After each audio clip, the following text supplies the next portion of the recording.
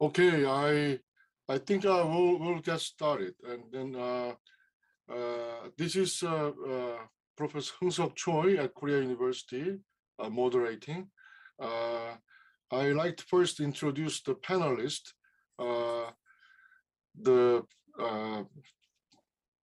Let me go from the discussant first, so because I have to say some words as I introduce a presenter.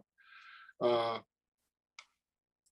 me introduce Professor Kim Tae-hee at the Seoul Polytechnic University, and then Professor Bae Kwang-bin from Dongguk University, and then another discussant will be Professor Choi Do-hee from Hanyang University. And then let me introduce Professor Trevor Brown.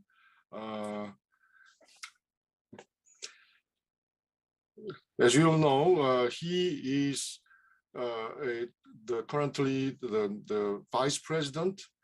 He has been named the new vice president of NASPA. The full name of NASPA, as you all know, is a network of School of Public Policy, Public Affairs and Administration. Professor Trevor Brown received his degree from Indiana University. He has, and then he conducts research and teaches on public management and leadership, governance, government contracting and public-private partnership, democracy and democratic transition. He has published in a variety of journals, including Public Administration Review, JPARM, and then JPART, very renowned journals.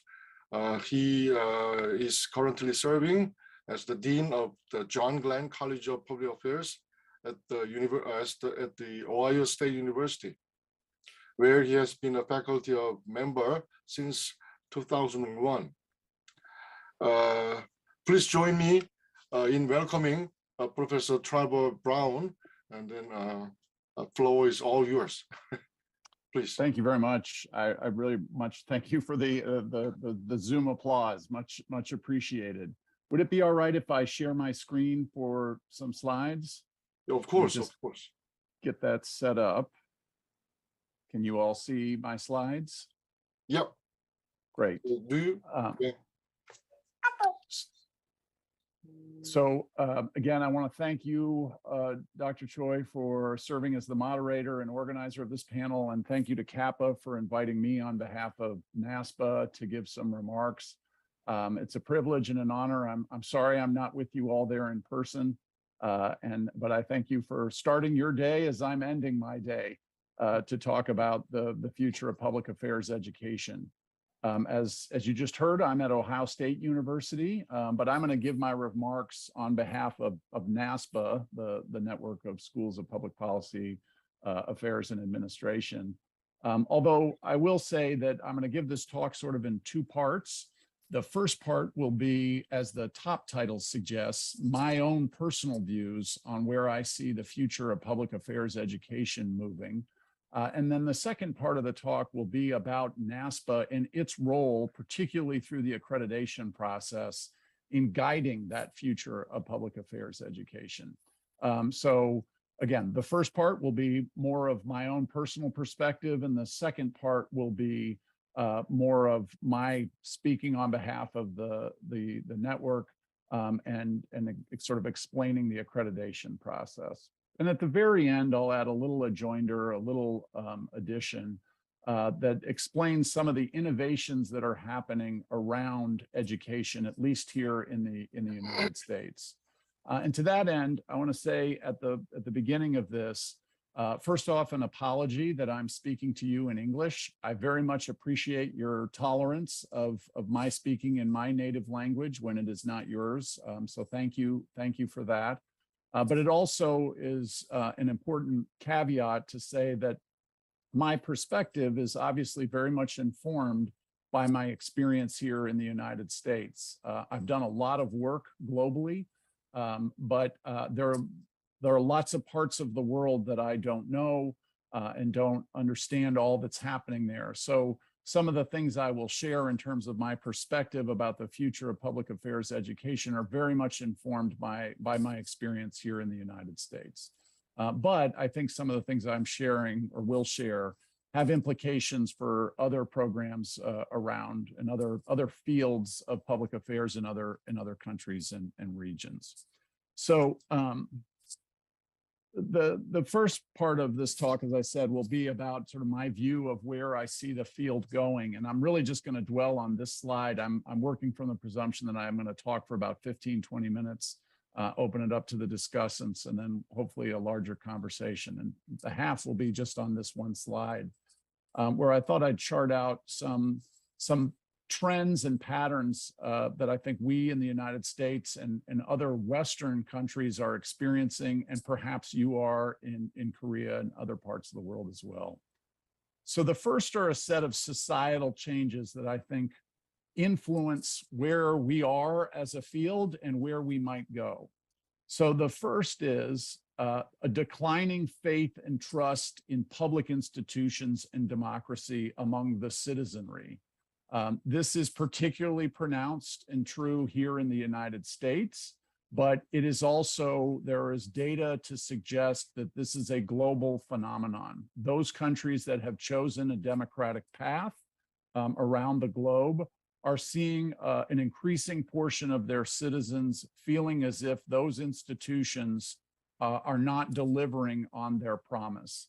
That includes the sort of representative institutions, the things that we associate with democracy, legislatures, elected executives, et cetera, but also the public service, the services that are organized underneath those democratic institutions to deliver services to citizens. The second major trend, again, very much centered here in the United States, but I think now washing over other parts of the Western world, is a social justice awakening. Here in the United States, 2 summers ago, many of you are probably familiar with the murder of a Black American by a police officer. That's George Floyd, who was killed by a member of the Minneapolis Police Department, which was captured on video and led to protests in the streets. Other events around the country caused other sort of protests about policing in particular. But I think since that time, you've seen a wave of protest behavior around social justice issues. And it is often directed at public institutions. Policing institutions are on that list at the top, but a variety of other public institutions have been targeted and sort of called to account for some of the history of discrimination, of differentiating people based on their identity and treating them certainly differently, and in some cases very, very disparately differently. The third trend that is sweeping the globe is inflation and uncertain labor markets. This is in many parts of the world, it is very much in favor of those who are seeking jobs. And so labor, the people looking for work, have a lot of opportunities and options about where to go, which means for higher education, we're seeing fewer people sometimes choosing the path of higher education when they can go directly into the labor market. And then the fourth is very much a function of the last 2 years of the pandemic. We're all meeting with each other on Zoom. This is a common way to do business anywhere in the world, even right next door. And so a lot of the way that people are interacting in the workplace now is remotely through Zoom and Skype and Teams and other technology platforms. The same is increasingly true of service provision in the public sector. Many public sector organizations have moved from in-person bringing people together in large buildings to now allowing their employees to work remotely. And this is sweeping the globe partly due to the pandemic, but also partly due to the efficiency that comes from allowing people to work where they are the most productive and reducing the costs of transportation and maintaining buildings, et cetera. So those are four major sort of societal influences that then have some implications for the delivery of higher education. And ultimately, I'm going to get to public affairs. So in the higher education marketplace, first, because of remote delivery of all sorts of human interactions, you see the rise of alternative delivery modes to the traditional in-person education. So online and hybrid education is now very much a part of the way we deliver higher education at both the undergraduate and graduate professional level. This is true in the United States. It's true in Western Europe. It's true in many parts of the world now are moving from that traditional meeting in person to meeting virtually. The second is, in our particular field, there has been a rise in competitive substitutes to the traditional masters of public administration. So law and business degrees have often been seen as substitutes for those who want to pursue the public service. But those degrees have gotten more aggressive about moving into space where we were traditionally the ones recruiting students into public service. Law and business have positioned their degrees to be entry points into public service. As a result of the pandemic, there's been an increased demand in other kinds of traditional degrees that haven't always been pathways into public service, but are increasingly so. The first is social work. You think of the great challenges that many communities faced across the globe. A lot of the people at the front lines helping people navigate those challenges are social workers. That degree is rapidly expanding here in the United States and parts of Western Europe. And then the other is public health, the Masters of Public Health, the Masters of Public Health Administration. As people are awakened to the importance of healthcare delivery, here in the United States, healthcare delivery represents 1/5 of the economy. It's increasingly seen as a way that people can serve. And so the wonderful news of this is that there are lots of different degrees that students can pursue to be able to enter public service. The challenge for us in our field is these are competitors in the sense that our students or our prospective students have choices about the kinds of degrees that they will pursue.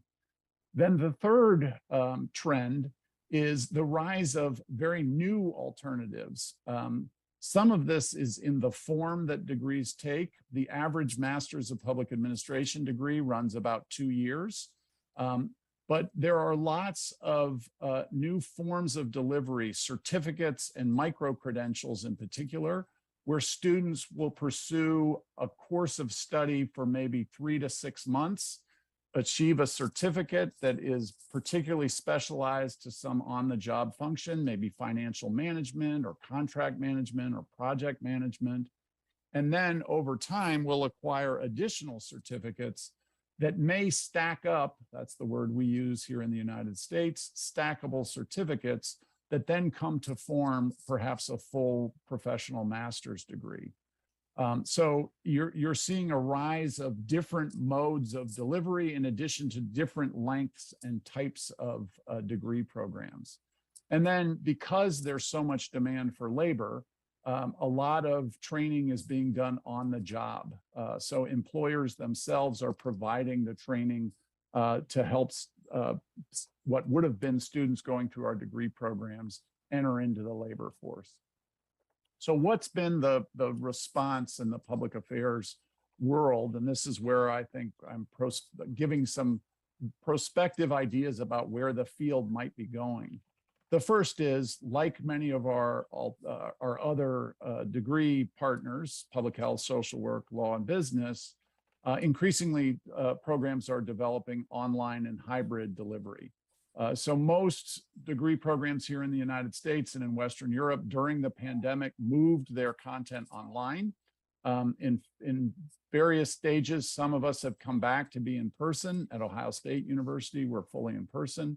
but we continue to deliver a high percentage of our courses in our residential degree programs, either online or hybrid. So during the pandemic here at Ohio State, of all the credit hours we offered, 80% of those were offered online. Before the pandemic, only 15 to 20% of our credit hours were offered online. Now, as we're entering into the post-pandemic, it's about 50-50. So this last year, 50% of our credit hours, students took those online in courses. The second major trend is there is an increasing diversification of the student population. This is, again, I think probably pretty specific to the United States, although not exclusively. The effort around the response to the social justice awakening, one of those responses is to try and make our degrees accessible to people from a variety of different backgrounds and identities. The third is we've had steady growth in graduate professional degrees, but not exponential growth.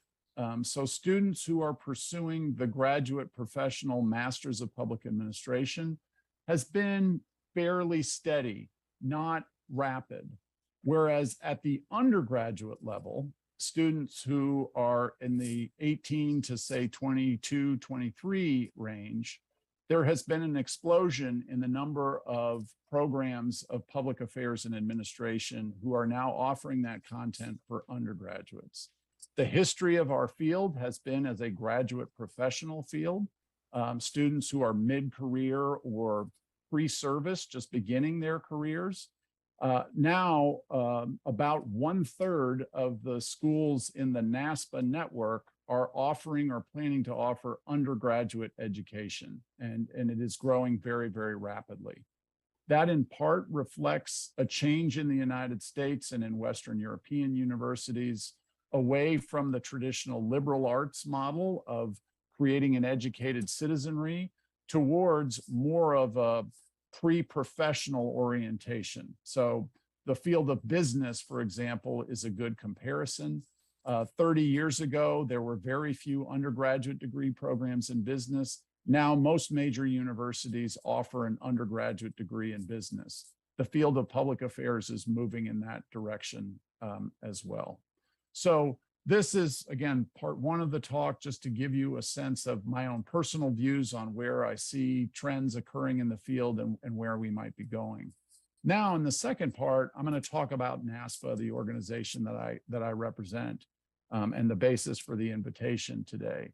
And what I want to do is talk briefly about how NASPA uses accreditation to try and shape where the field is going.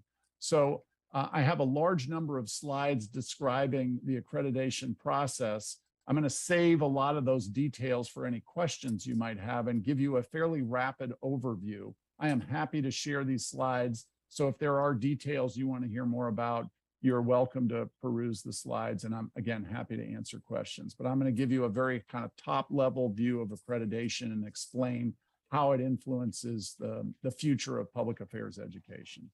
So within NASPA, we have about 300 global members that are part of the association. We see ourselves as the global standard of excellence in public service education. So it is a professional association around public service education. And it's a means of bringing the field together around curricular issues. So there are four sort of basic functions that NASPA performs. The first is networking, opportunities like the one we're in right now, a conference.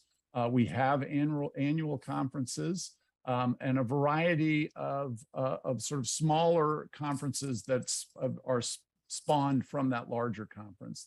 The last 2 years, we've been meeting virtually. Some of you may have participated in those meetings. The plan is for next fall, our annual conference will return to being in person in Chicago in the United States. There are a variety of committees and sections that are standing parts of the association that meet regularly. And then the other way of networking and building those connections between members of the field is through site visits as a part of the accreditation process, where we come visit various schools and see how they're doing.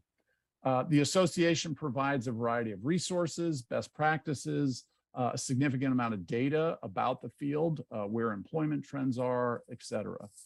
We celebrate the good work of our students through our Pi Alpha Alpha Honor Society. And then finally, perhaps our core function is the accreditation process, is evaluating how our field is doing relative to a set of standards that are created by the field in conjunction with potential public service employers. So of those 300 some schools that are a part of the network, 207 degree programs are accredited. So 189 of those 300 some universities that are part of the network have gone through the accreditation process for their degree programs. Those 189 universities and degree programs span 9 different countries. So the bulk of the membership and the bulk of the accredited programs are in the United States. But there are increasing number of universities that are going through the accreditation process from other countries. We've been doing this since 1977, almost 4 decades. So on the one hand, you can look at that as we have a rich history. On the other hand, we're still a very, very young field. So where we go next is very fluid. Accreditation bodies tend to be conservative in the sense that they conserve the past. But this field is so young that you can imagine the standards that I'm going to briefly share with you are going to likely change and be flexible over time. We are recognized by a larger accrediting body, the Council on Higher Education Accreditation, which is a university level accrediting body that recognizes our accreditation process. So the way the accreditation process works, it's peer reviewed.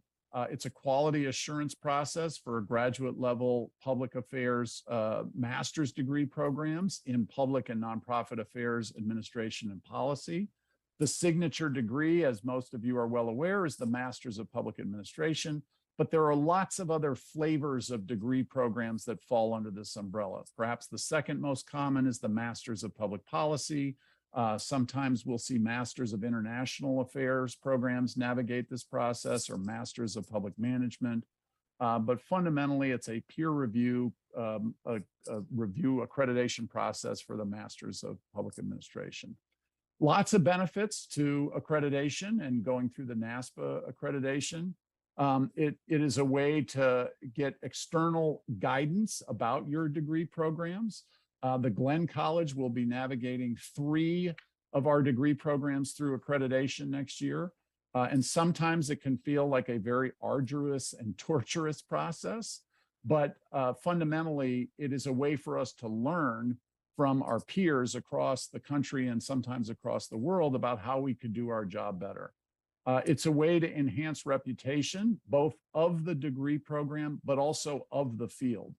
Being accredited raises the stature and prominence of your degree program as well as the field of public affairs. It's an ongoing improvement process. We're always trying to get better. And it sort of reinforces that commitment to public service education. Even if one of your programs is contemplating this, whether it's through NASPA or another accrediting body, understanding the way the practices are set up can help you think about how best to organize your own degree programs.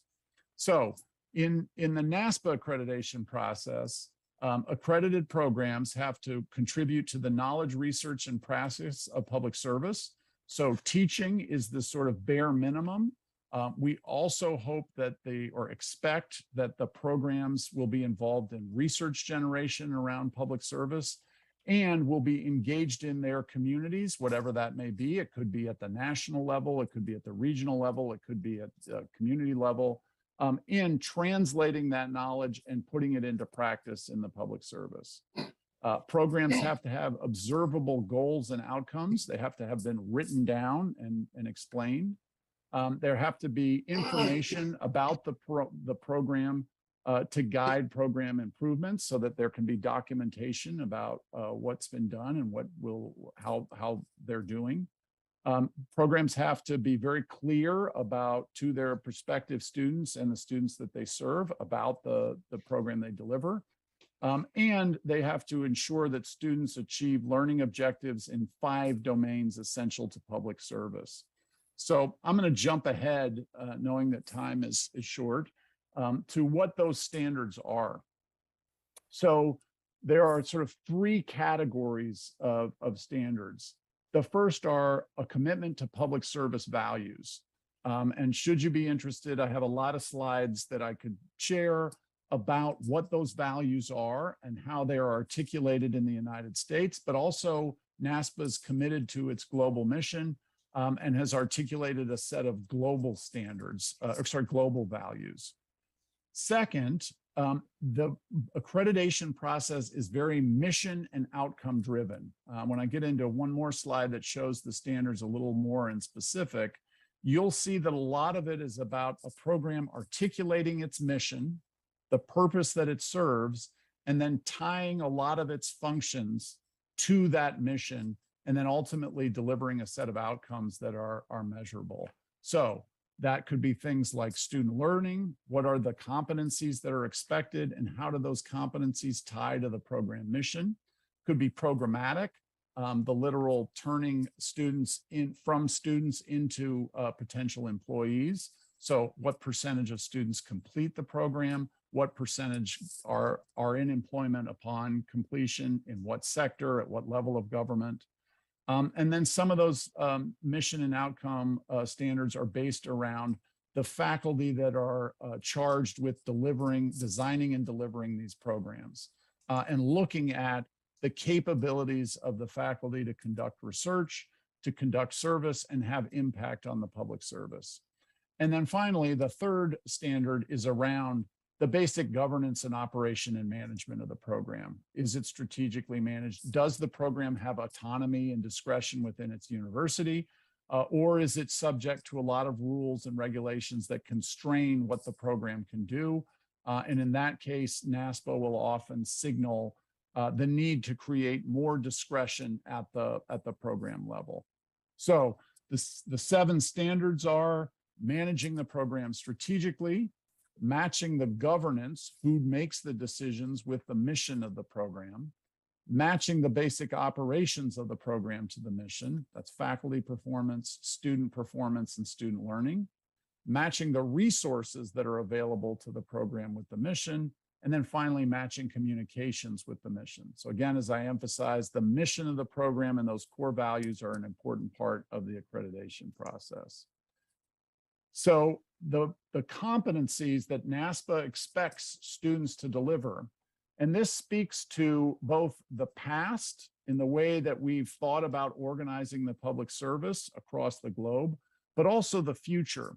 You'll see that these are fairly broad sets of competencies. And so NASPA has tried to write these in such a way that various programs around the world can tailor and adjust their program to meet these standards, and yet still have a core consistent body of expectations.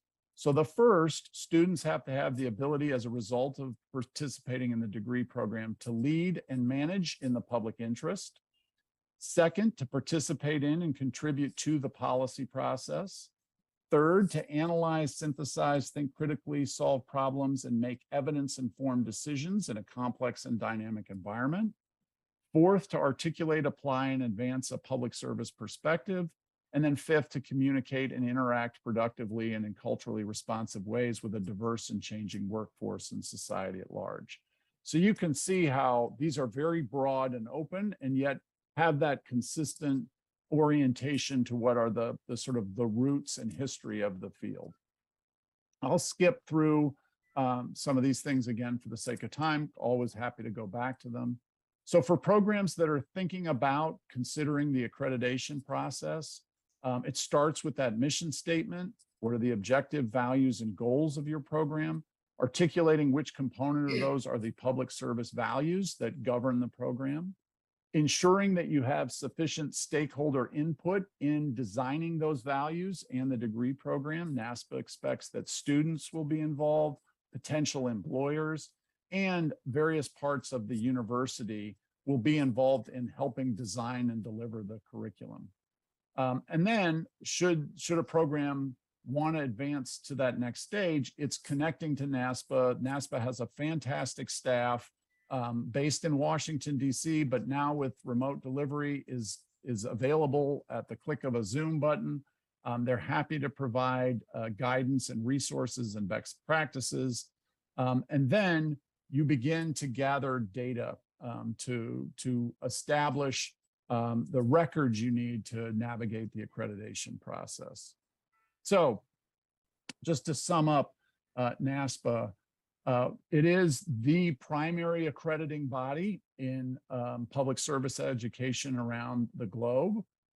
It is a peer-reviewed accreditation process, so it's not run by sort of bureaucrats out of the NASPA office, but rather by the members of the field itself. The standards are written such a way that they have a global application, and public service values are emphasized in such a way to orient to the cultural context of where the program is located.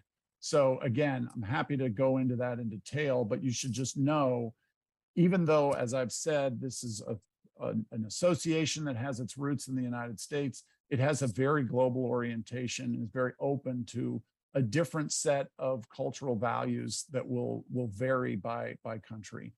And then a big emphasis on diversity in that global context. That can take lots of different shapes and forms depending on where a program is located.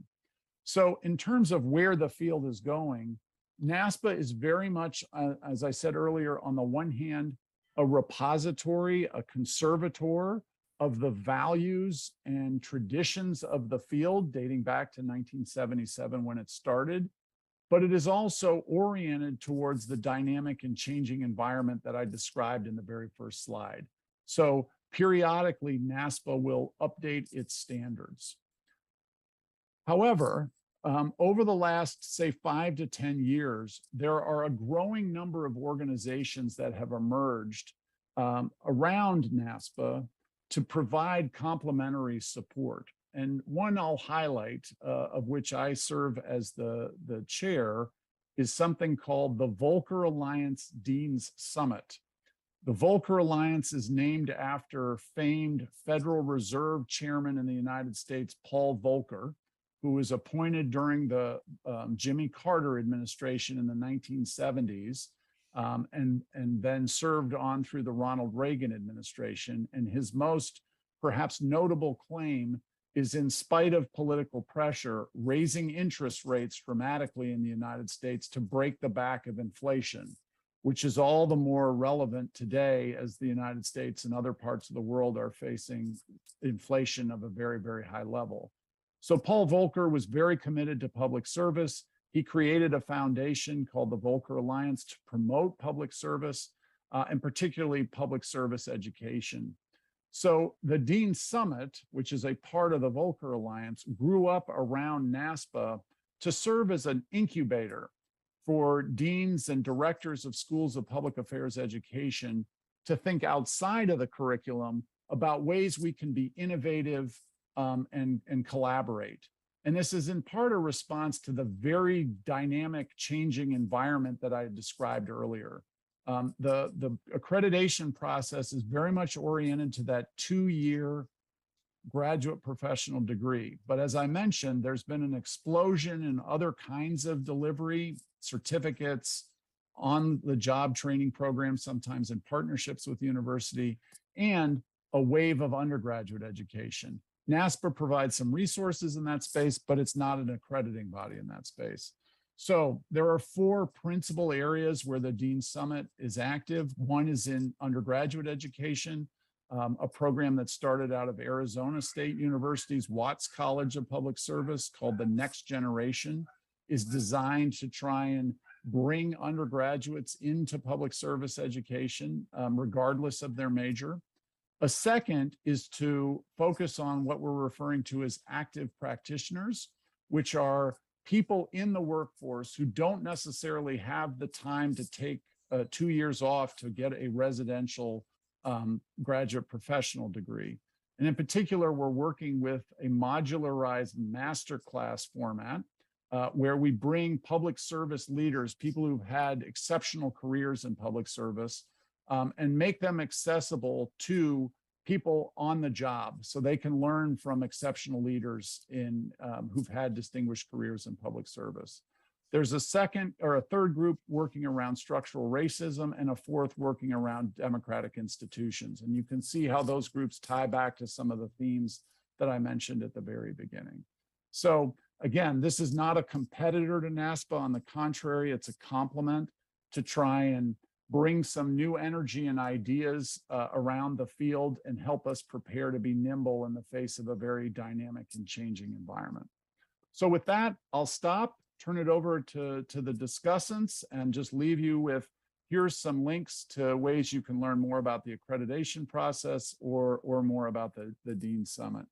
So thank you for your attention and fundamentally for the opportunity to share my own personal thoughts about where I think public affairs education is going, as well as the NASPA accreditation process. Thank you so much, Professor Trevor Brown. Next, we will have so discussions from those three designated discussants, and then we'll open the discussion to the floors for some library Q&As. Let me invite Professor Baek Wang-bin from Dongguk University to discuss for about maybe 5 minutes. First of all, thank you for sharing the experience regarding NASPA accredited program. Thank you, Dr. Brown. And then I also believe that the NASPA accredit has established a global standard for public administration education. And then a variety of public administration programs are working to maintain and evolve program to meet NASPA accredited standard. And then in this process, the program can strive and develop to meet the NASPA standard. I was also impressed that the NASPA provide the public administration education context with social changes, higher education markets, market dynamics, and public affairs responses, especially in the perspective of the higher education market dynamics. And then NASPA considers in like online and hybrid lectures and then certificates reflecting higher education market dynamics. MPA program need to respond to the demands of the market and to changes in the world, and then to the demand for the necessary labors. And then I was also impressed that MPA program need to prepare to faculty performance, student performance, and student learning to match NASPA accreditations. That it means that faculty and students need to prepare NASPA accreditation together. And then I'd like to share my experience regarding NASPA accreditations. And when I'm working as the assistant professor at a small university and in North Carolina, I was a member of a NASPA accredited committees, and then we prepared to receive the NASPA credits. And then it means that we had lots of brainstorming, the meeting to write mission statements. And then it's the NASPA accreditation is very meaningful to our programs. In order to develop our program, we need the NASPA accreditations. And then we have, sometimes it's a little stressful to, I was an assistant professor, I need to focus on the research rather than the service. And then, but I was so impressed. We can figure out kind of what is our objectives and the values and the goals of the programs, and then by having the lots of meetings, we can figure out what is our missions, what is our objectives, what is our the values, and we can talk, and then we can talk with my students, faculty, and then sometimes the university members, and then we can figure out the mission statements and the mission of the program. Is that I think that it gives lots of things to the programs, and then it gives the chance to develop, to figure out the mission of the programs. And I was so impressed that the NASPA emphasized public service values rather than like statistic performance, like students enrollment or kind of that one. Not by emphasizing the importance of public service values and then like transparency, accountability, honesty, and then the diversity. And then it means that NASPA provide the importance of the public value, especially in public sectors, and then compared to the like MBA or another programs, and then it can give the chance to figure out what is the most important things in public sectors and then public values. And then I was impressed, and then that is the reasons lots of the MPA programs need to receive the NASPA accredited programs, and then it give a kind of global standard to the many MPA programs. And then thank you for sharing your experience regarding the NASPA program accreditations. Thank you.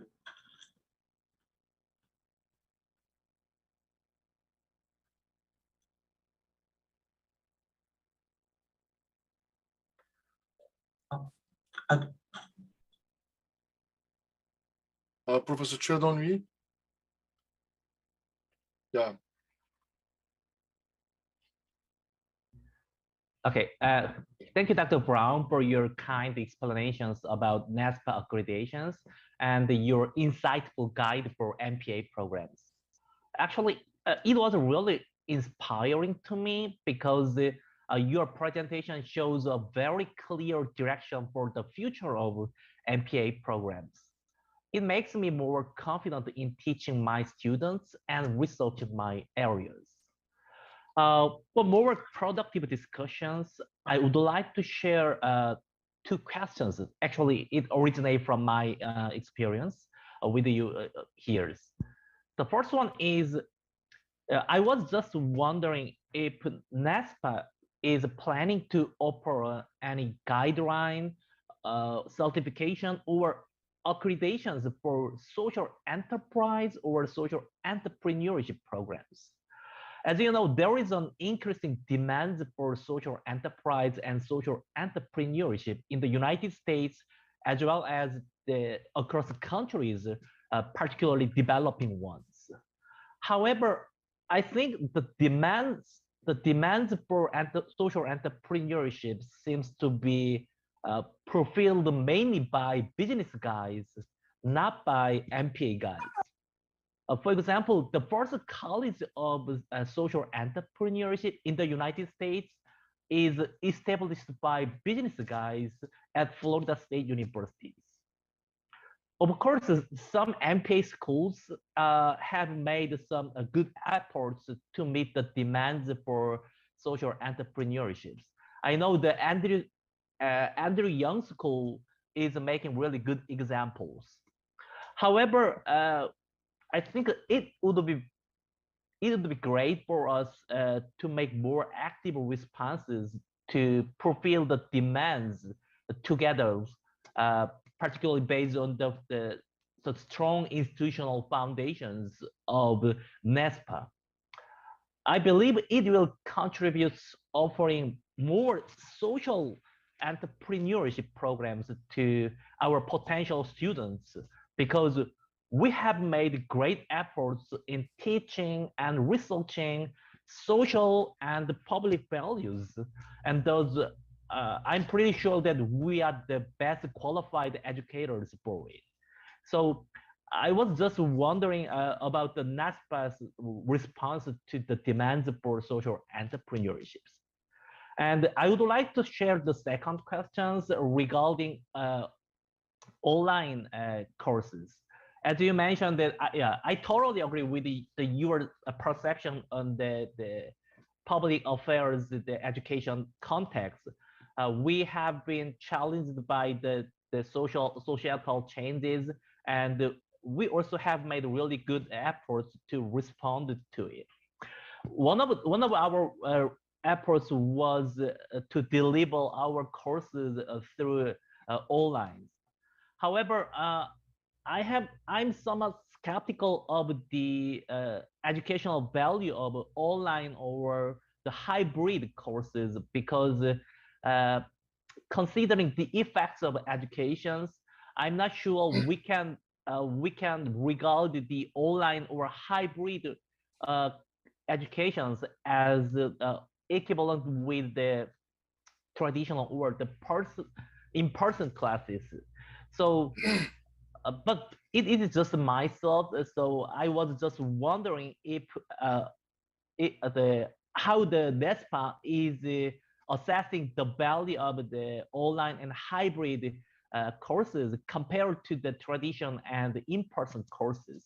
So when I worked for the Department of Political, work for the MPA programs at Texas Tech Universities, we prepared for the NESPA accreditations as well. And at that time, we thought that many students want to have more online courses, but if we offer too many online courses to our students, we thought that it would be a problem when we try to get the NESPA accreditations, because maybe you may regard the online courses not same with the traditional and in-person classes. So I just want to ask you about the NESPA's the direction for to assess the educational value of online and hybrid courses.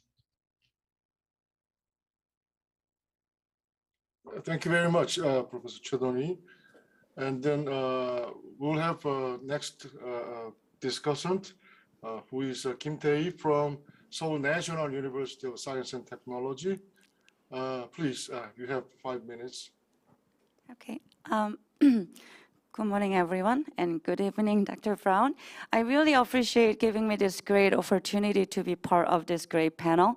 And thanks to your great introduction to NESPA accreditation processes and its future agenda, I came to get better sense of what NESPA is aiming to achieve in public affairs education and how to be involved in this process, and then how we can contribute to this great field of study which we are part of.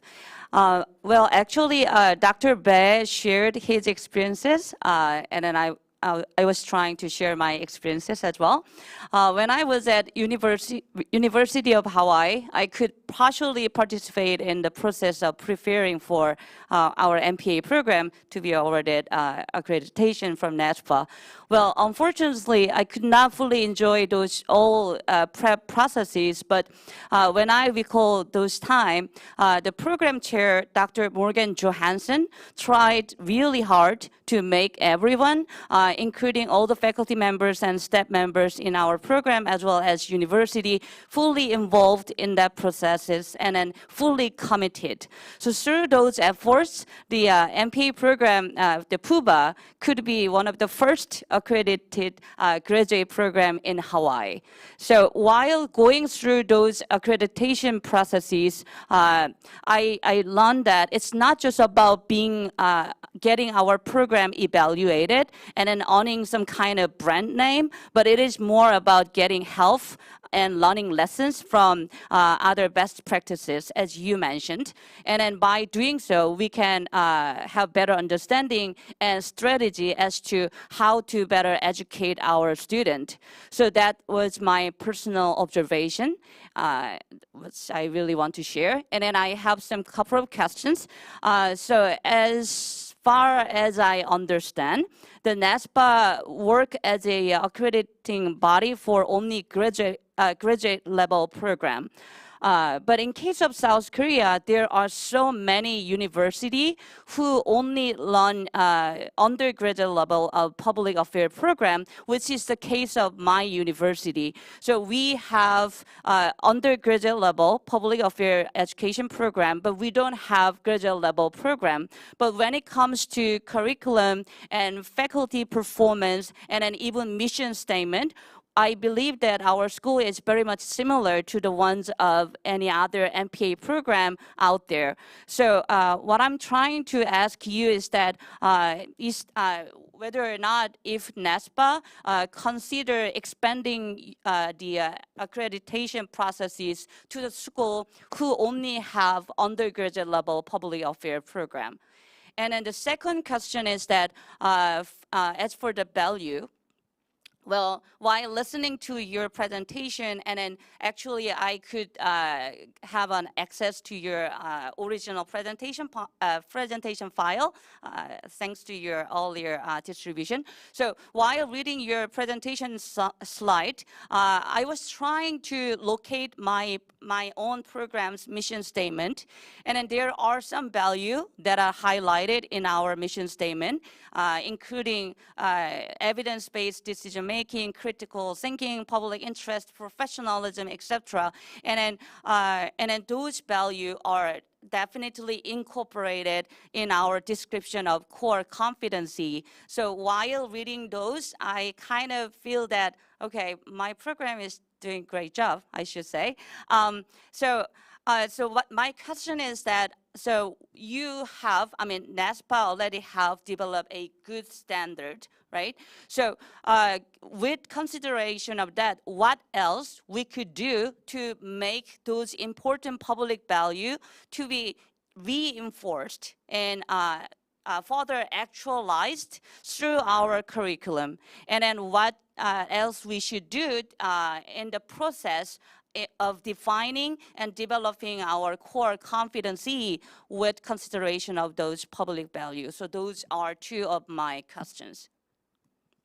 Okay, thank you very much. Before we open the discussion to the panel, maybe perhaps Professor Brown, you might want to respond to the comments and questions raised by three discussants. We have pretty much specific questions and comments. Yeah, thank you very much. Yeah, please. Yeah, no, thank you first for the questions. They are very thoughtful, and they reflect your investment in your own programs and in the field. Those are questions that I take as serious ones, and I appreciate the questions. And thank you for the opportunity to respond and offer some thoughts. You know, on the first one, the first set of thoughts around the time commitment wasn't really a question. You made it as a statement, but I think it's an important one to just reflect on. It is a very, admittedly, accreditation, and it sounds like all three of you have been involved in a NASPA accreditation process in some way. It is a very time-consuming process. Accreditation, the gap between the time in which you are accredited is typically 7 years. You need to have 3 years to get ready for your first accreditation.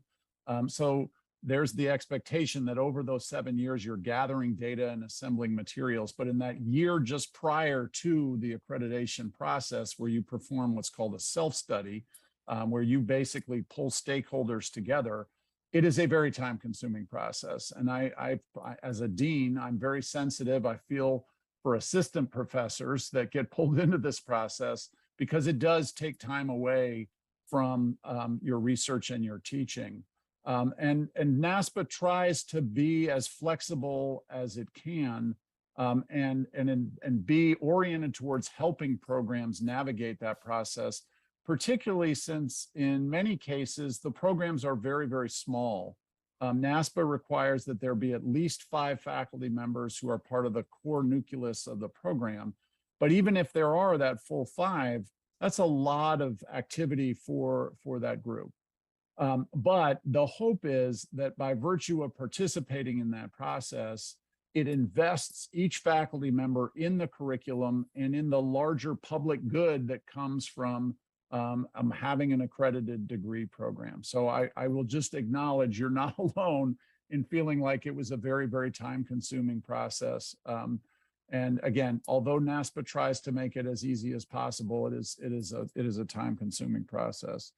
To the question, the good question about social enterprise programs, you may recall at the very beginning, I noted that business schools are increasingly moving into the space that was historically occupied by programs of public affairs. And you rightly pointed out that social enterprise, and more broadly, nonprofit management, is an area where business schools are moving in. And this also reflects some changes in the field of business, from narrowly focusing on efficiency and profit to now encompassing a broader set of values, sustainability, diversity, et cetera.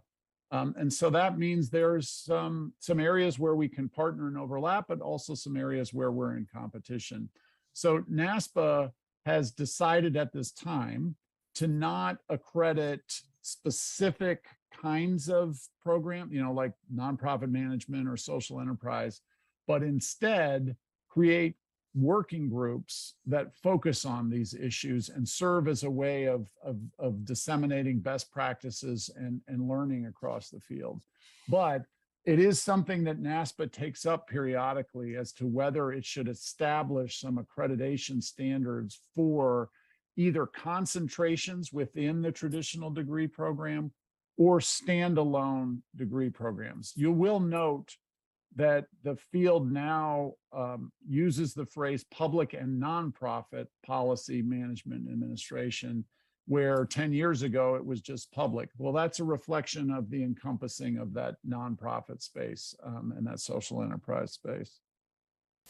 With regard to online education, I think you're right that in the pandemic period, a lot of universities around the globe simply took material that was presented in person and just sort of put it up online without going through the pedagogical process of saying, this is a very different delivery format. Students are going to be engaging this material in a different way.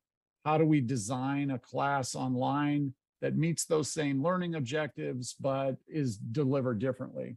That's a very time-consuming process for those of us, many of you probably have done a lot of this, to create something that is that you can't recreate the in-person experience online, but you can try and get as close as possible. And there are some advantages that can be delivered online that you can't do in person. But to do that requires a lot of pedagogical thought and investment.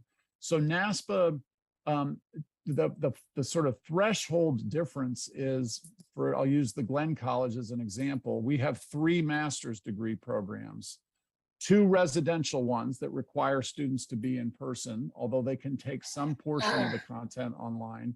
But then we have a fully online Master's of Public Administration and Leadership. That degree will be accredited separately from the other 2. So NASPA has a set of standards it uses to evaluate. It's rooted in the same standards, but it accounts for the different delivery mode by virtue of being online. So what I couldn't do as a dean is say, here's my residential degree, I'm just going to move it online and say that it's accredited by virtue of the fact that my residential degree program is accredited.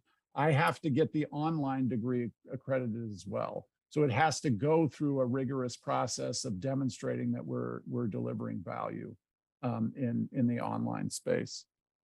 With regard to undergraduate programs, you may recall I said that of those 300 programs, about 1/3 of them now have undergraduate degrees and growing rapidly. So there is an ongoing conversation in NASPA about whether to offer accreditation at the undergraduate level. At this moment, the association has decided not to do that, but I would imagine as more and more schools begin to offer undergraduate degree programs, there will be increasing pressure for NASPA to offer that accreditation. In the near term, there are ways that you can get involved with. There is a section on undergraduate education within NASPA. They meet virtually online, and it's a great way to share best practices. A lot of us that have done, we offered our first online or undergraduate degree almost 15 years ago. I came from Indiana University, where we've been delivering at the undergraduate level for a long, long time. And there's a lot of knowledge and learning that's occurred over those many decades. And so it's a great way to network and share what's working in your program. I'm sure you've learned many things that the community would benefit from. So I'd encourage you to find a way and I'd be happy to connect you to the undergraduate working group.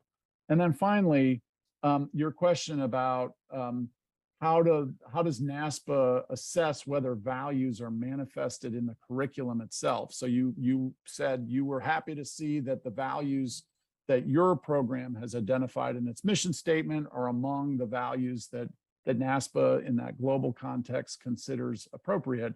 But then how do they assess whether or not those values show up, and like how do we make sure that those values are being transmitted? And there's a couple of ways. I mean, one is to look at the curriculum itself, the actual courses, and a lot of programs pick key required courses to ensure that those values are woven into those specific, like we have an entry-level course that ensures that students are at least able to understand and explain each of the different values that are in our mission, but then over the course of the curriculum are able to demonstrate their application of them through assignments that we have them take out, et cetera. Another way, it's not a requirement that students have a public sector internship as a part of their degree, but for those that do, that is often a way, by virtue of where they decide to work and the kinds of activities that they're engaged in, that show how they're putting those values into practice, and NASPA will assess those as well. Lots more we could talk about around each of these good questions, but those are my first thoughts. And again, thank you for the serious and thoughtful questions. Thank you very much. We still have plenty of time left. I'd like to open up our discussion to the floor. We have many people attending this session. Could you, audience, identify yourself, and then you can raise your comments or questions in a free manner. I'll appreciate your comments and questions.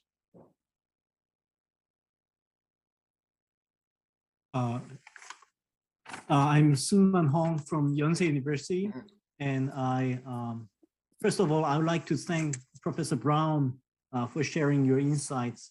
Thank you very much. I have a question about the future of PA education, which I'm personally interested in.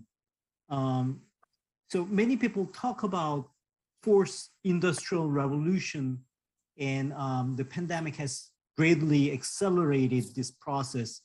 And I'd like to hear your opinion about how the required competency of public servants may change in the future in response to this transformation. I'm asking it because if the required ability of public servants will change in the future, I think the curriculum should also change. These days, I realize that a growing number of students in my university become a bit skeptical about the traditional education, the traditional PA education, and they are going to engineering school to learn coding. And I'd like to hear your opinion about whether such trend is observed in the United States as well, and also whether this trend, in your opinion, will be a temporary one or a permanent process in the future. Well, so I'll answer that last question by saying I have no idea. If the pandemic taught us anything, it's that anybody who claims to be able to predict what's going to happen in the future, let alone tomorrow, is a fool, because the world is so dynamic and moving so rapidly. And I don't mean to make offense of your question. It's a very good question, but if it would be offensive of me to say, oh yeah, the future is going to look like the following, because it's very hard to forecast.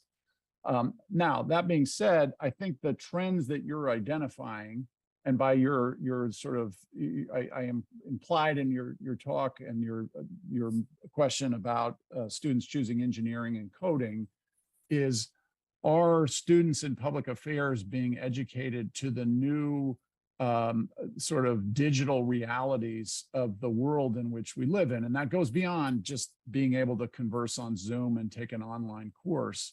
Much of the way that citizens interact with government and interact with each other is being intermediated through digital technologies that are changing daily. And how are we adapting and adjusting as public service providers, but also then as the educators of what that workforce will look like. So I will just acknowledge that I think the phenomenon you're describing is by no means unique to Korea, by no means unique to the United States. I think it is a global trend. And where it goes, I don't know, but I think we need to adapt in the near term to help our students interface with that new reality. So a couple of responses, one from the NASPA level and then one from like a degree program grantor. What can individual universities do? So at the NASPA level, there are some active conversations. It goes back to the should we accredit around those specialty areas like social enterprise, et cetera. There is an active conversation around whether we should be, at a minimum, encouraging degree programs to establish a set of standards around sort of digital fluency. And that could be just understanding the governance of these issues all the way down to being able to design an app, code, manipulate data in certain ways, a lot of the sort of technical nuts and bolts. My guess is where that goes is more of that higher level. Our core competencies are not as coders. It's as understanding, using those values to help understand how we should design these systems of service delivery and the ways that citizens interact with government and the ways that public service providers interact with citizens and these technologies. That would be our core competency, again, rooted in those public sector values. And there are a variety of groups, and I'd be happy to connect you with them. Please feel free to reach out to me. There's a group out of the Harvard Kennedy School, which is trying to design a set of pedagogical standards for either a standalone course or ways that this content can be interwoven throughout the curriculum. So NASPA is very much a partner in that endeavor. But again, whether or not that becomes part of the accreditation process is to be determined. At the individual program level, one of the things I've seen my peers do across the United States and in Europe, and we're doing in the Glenn College, is trying to find partners on campus where they have, again, you mentioned engineering, the computer science department, and other entities, where they have expertise in that technical capability of coding and designing these systems, and then partnering with them to help them think through how do we make sure that the algorithms we design, for example, take into account those public sector values? How can we create those pathways for students that want that technical know-how to be able to be employed and be able to have influence in this increasingly digital world, but also understand that that isn't simply a technical activity, it's a value-driven activity. So on our campus, our College of Engineering has made big investments in artificial intelligence. We have something called the Translational Data Analytics Institute, which is a university-wide research entity. We partner with both of those.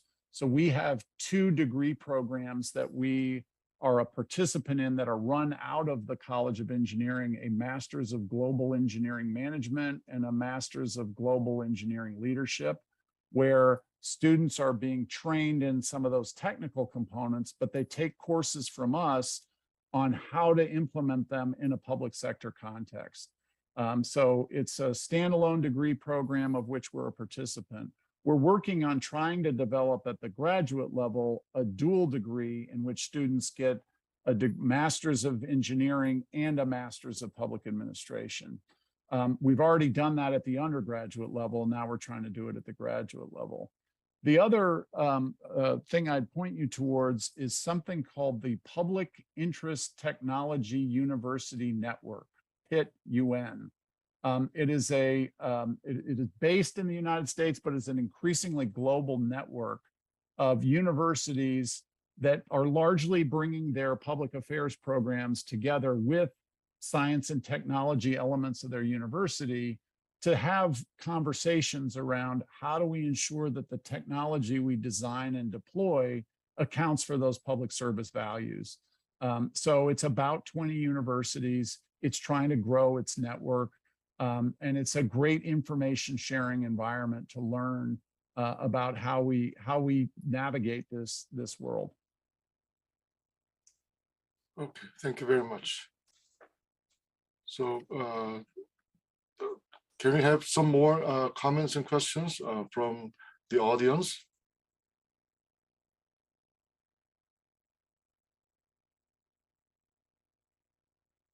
If there are Maybe- no questions, I actually have some questions for the discussants. If that would be acceptable.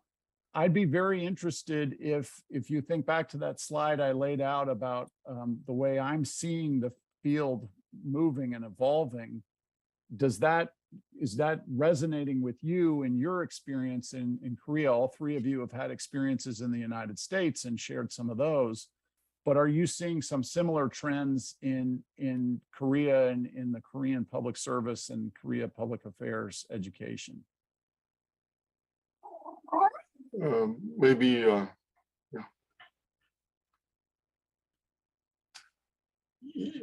Either the three of you can respond. I think maybe who? Hey, would you like? Okay. I like to turn on your microphone. Oh, okay. Yeah. I'm in the conference room, so I'm just trying to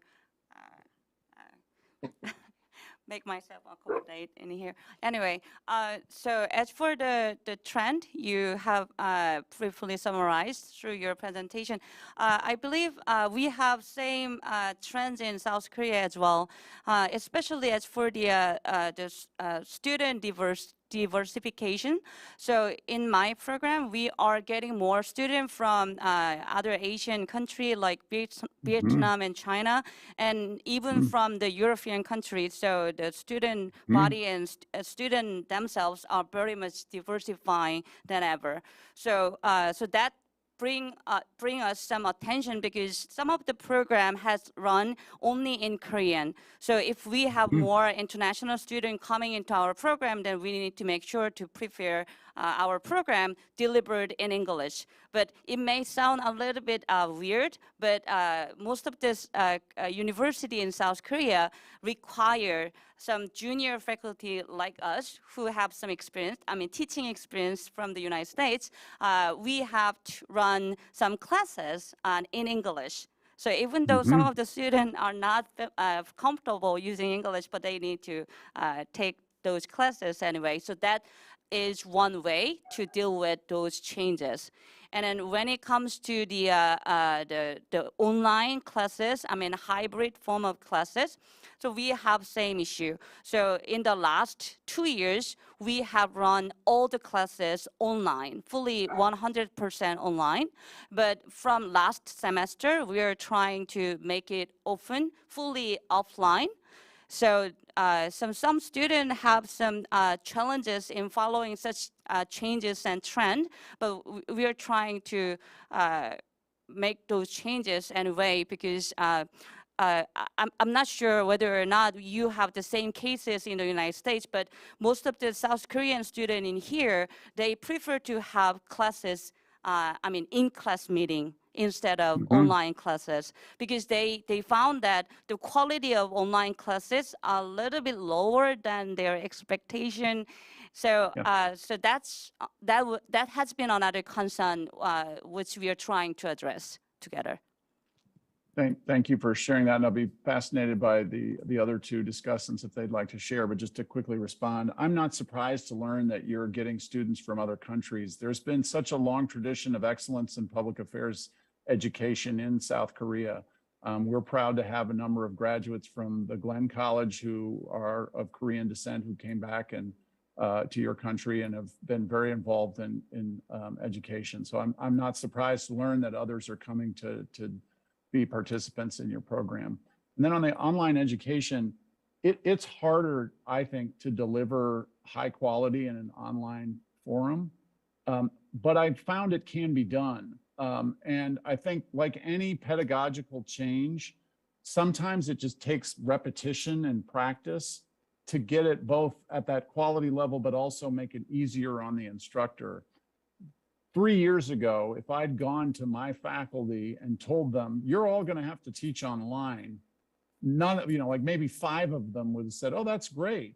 But now that they've started to have some experience and begun to experiment, many of them have found there are things they can do online that they aren't able to do in a classroom setting.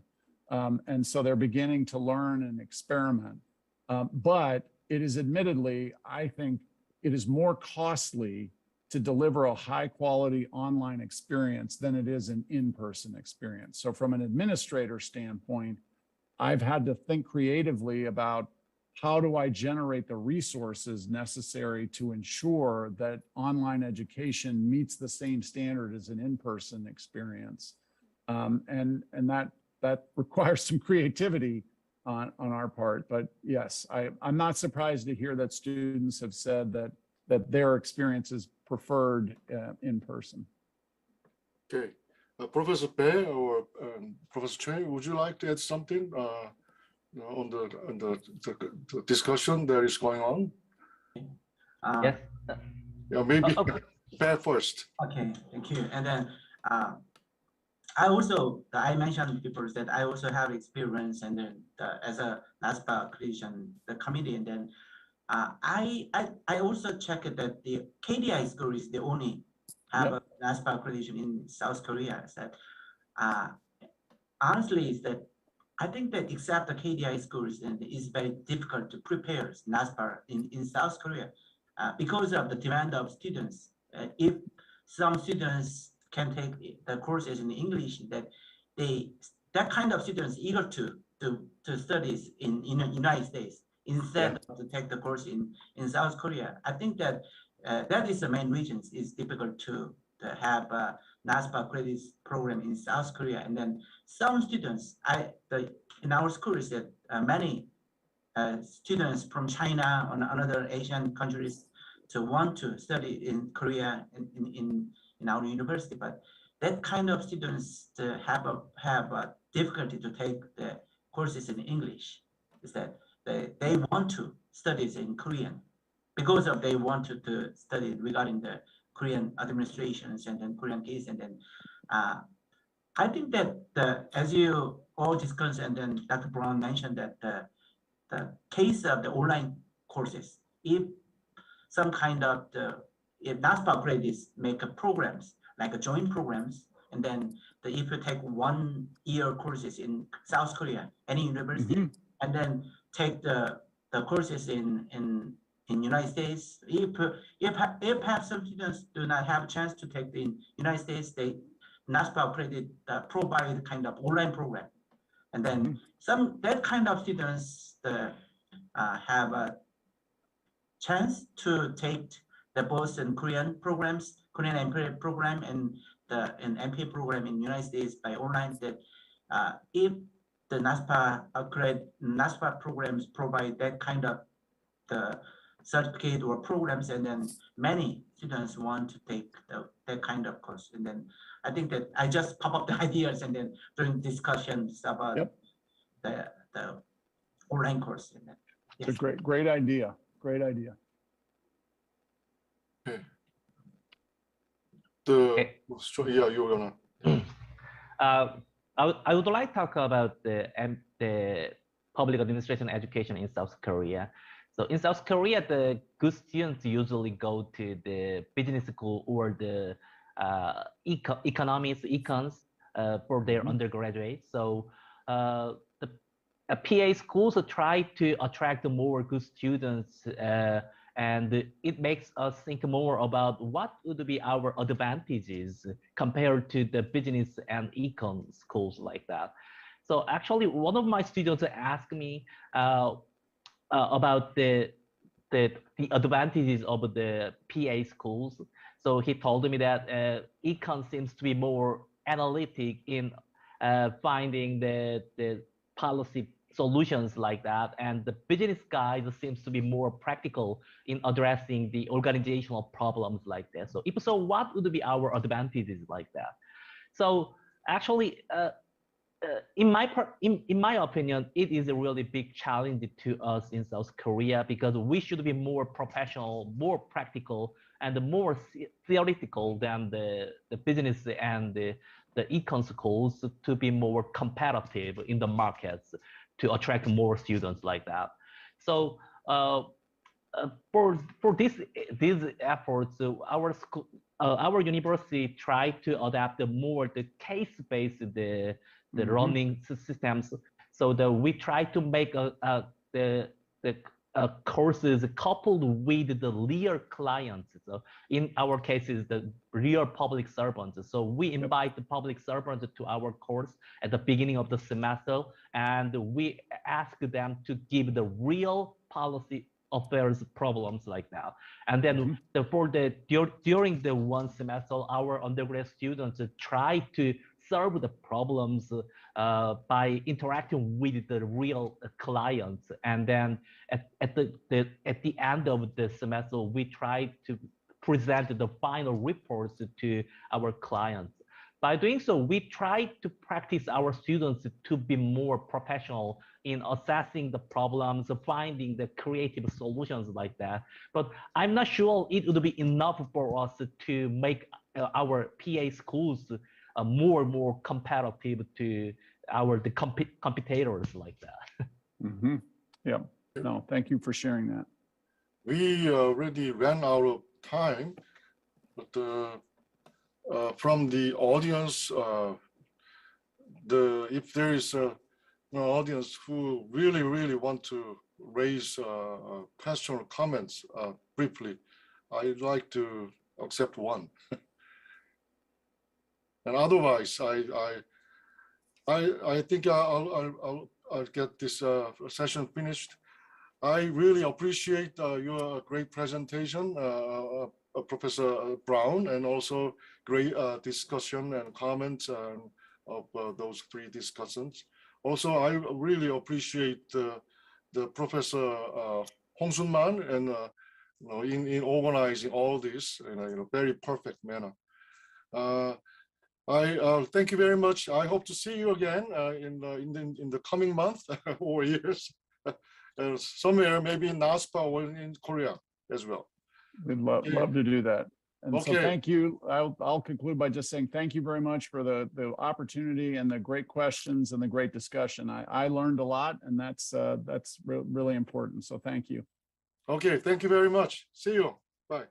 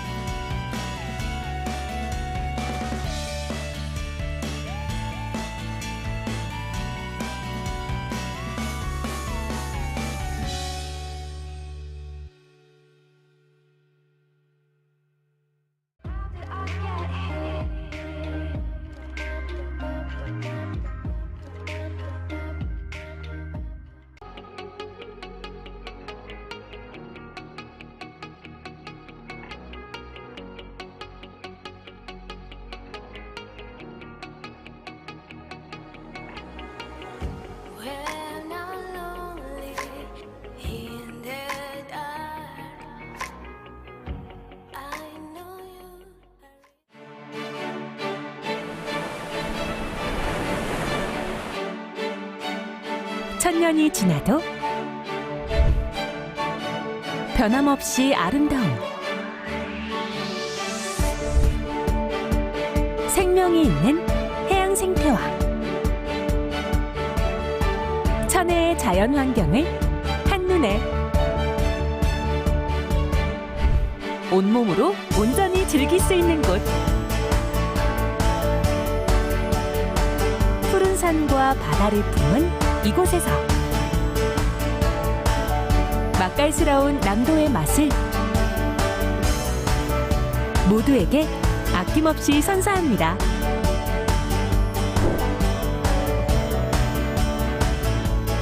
자연과 함께하는 웰니스의 성지.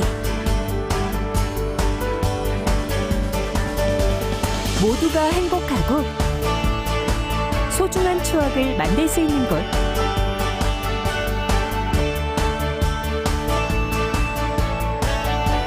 여기는 전라남도입니다.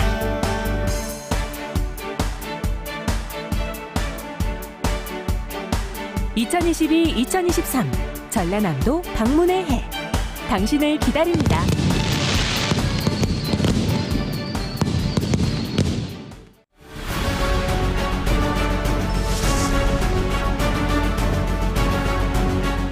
세계를 품었던 경험과 세계가 감탄한 인프라를 갖춘 대한민국 최고의 해양관광 휴양도시. 365개의 섬만큼이나 다채롭고 다도해처럼 눈부신 블루오션을 꿈꿀 수 있는 도시.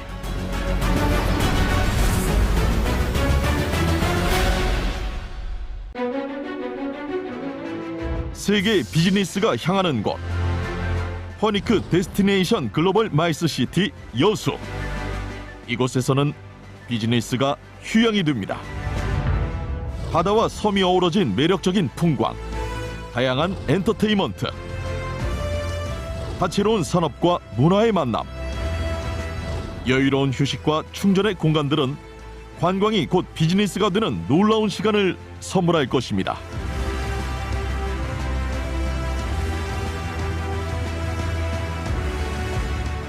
당신의 비전에 새로운 영감을 불어넣는 마이스시티 여수와 함께하면 비즈니스의 가치가 달라집니다. 지구촌 최대 해양축제와 풍부한 국제행사 경험을 통해 검증된 국제적인 마이스 인프라, 체계적인 시스템, 그리고 최적의 컨벤션 환경에 더해지는 수준 높은 서비스까지 여수에서는 이 모든 것이 이루어집니다. 획기적으로 개선된 접근성은 성공적인 비즈니스로 향하는 길을 더 가깝게 이어줍니다. 전국 최고의 마이스 인센티브 지원은 여수가 드리는 차별화된 혜택입니다. 세상의 중심이 되고 역사적인 이벤트를 성공시킬 수 있는 다양한 마이스 인프라부터 특별한 경험과 함께하는 중소규모 마이스 괴체 최적지, 휴양형 마이스 시설까지 여수와 함께한다는 것, 한 걸음 앞서 간다는 것. 머무는 곳마다 품격이 느껴지는 도시 여수.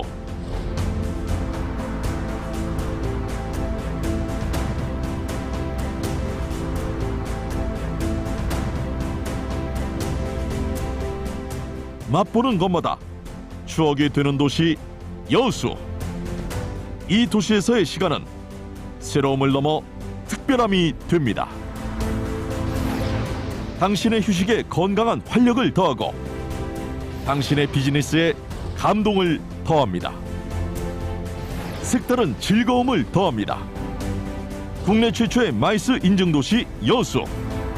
풍부한 경험을 갖춘 전문 인력들이 최고의 맞춤형 서비스를 제공합니다. 더욱 전문화된 여수의 마이스 역량을 직접 경험해 보십시오. 비즈니스와 관광은 글로벌 마이스 도시 여수에서.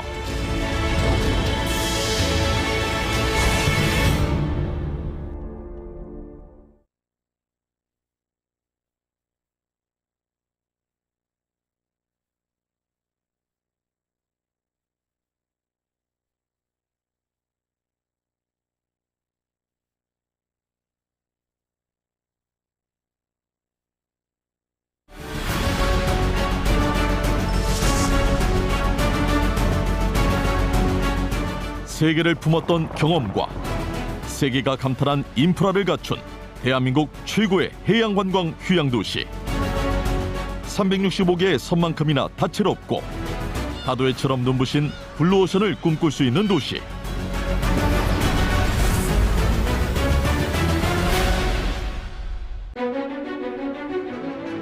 세계의 비즈니스가 향하는 곳.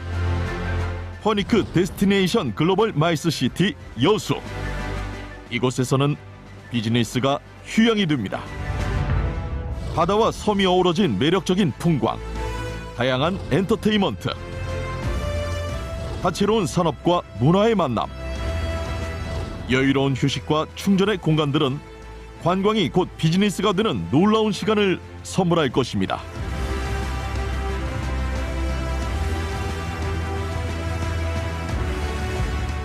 당신의 비전에 새로운 영감을 불어넣는 마이스 시티 여수와 함께하면 비즈니스의 가치가 달라집니다. 지구촌 최대 해양 축제와 풍부한 국제 행사 경험을 통해 검증된 국제적인 마이스 인프라, 체계적인 시스템, 그리고 최적의 컨벤션 환경에 더해지는 수준 높은 서비스까지 여수에서는 이 모든 것이 이루어집니다. 획기적으로 개선된 접근성은 성공적인 비즈니스로 향하는 길을 더 가깝게 이어줍니다. 전국 최고의 마이스 인센티브 지원은 여수가 드리는 차별화된 혜택입니다. 세상의 중심이 되고 역사적인 이벤트를 성공시킬 수 있는 다양한 마이스 인프라부터 특별한 경험과 함께하는 중소규모 마이스 괴체 최적지, 휴양형 마이스 시설까지 여수와 함께한다는 것, 한 걸음 앞서 간다는 것. 머무는 곳마다 품격이 느껴지는 도시 여수.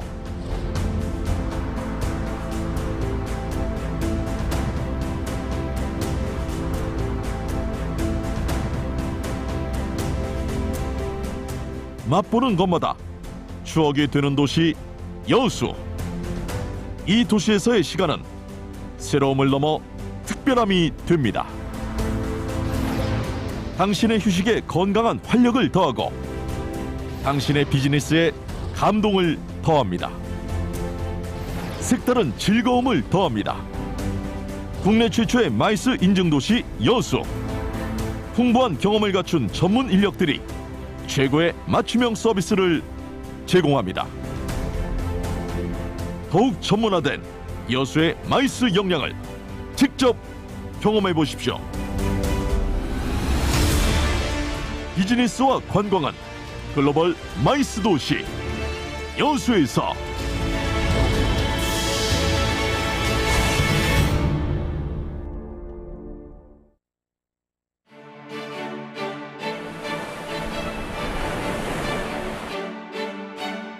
천년이 지나도 변함없이 아름다움,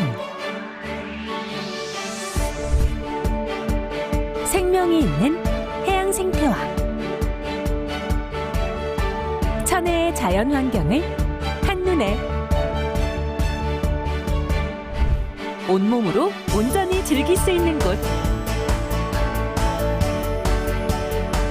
푸른 산과 바다를 품은 이곳에서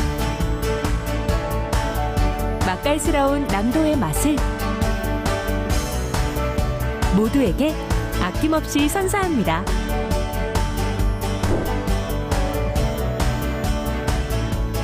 자연과 함께하는 웰니스의 성지. 모두가 행복하고 소중한 추억을 만들 수 있는 곳.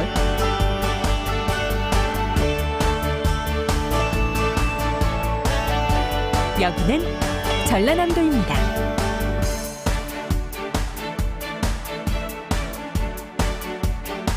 (2022-2023) 전라남도 방문의 해. 당신을 기다립니다.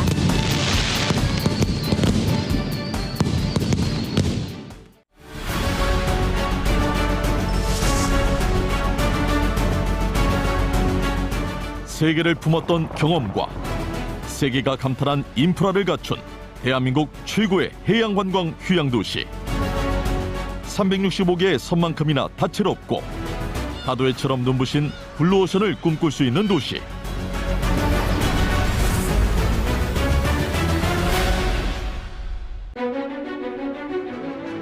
세계 비즈니스가 향하는 곳, 퍼니크 데스티네이션 글로벌 마이스 시티 여수. 이곳에서는 비즈니스가 휴양이 됩니다. 바다와 섬이 어우러진 매력적인 풍광, 다양한 엔터테인먼트, 다채로운 산업과 문화의 만남, 여유로운 휴식과 충전의 공간들은 관광이 곧 비즈니스가 되는 놀라운 시간을 선물할 것입니다.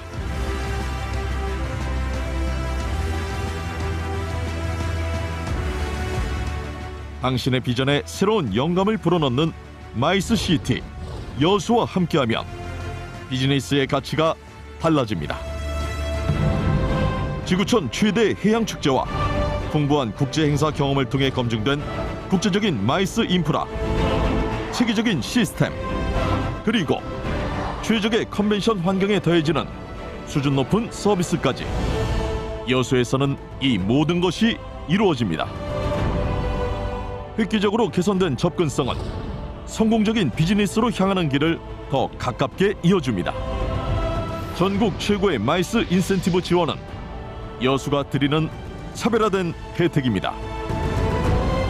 세상의 중심이 되고 역사적인 이벤트를 성공시킬 수 있는 다양한 마이스 인프라부터 특별한 경험과 함께하는 중소규모 마이스 괴체 최적지, 휴양형 마이스 시설까지 여수와 함께한다는 것, 한 걸음 앞서 간다는 것. 머무는 곳마다 품격이 느껴지는 도시 여수.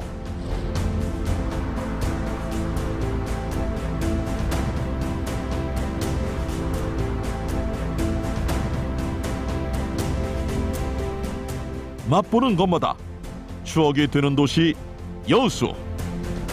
이 도시에서의 시간은 새로움을 넘어 특별함이 됩니다. 당신의 휴식에 건강한 활력을 더하고 당신의 비즈니스에 감동을 더합니다. 색다른 즐거움을 더합니다. 국내 최초의 마이스 인증도시 여수. 풍부한 경험을 갖춘 전문 인력들이 최고의 맞춤형 서비스를 제공합니다. 더욱 전문화된 여수의 마이스 역량을 직접 경험해 보십시오. 비즈니스와 관광은 글로벌 마이스 도시 여수에서.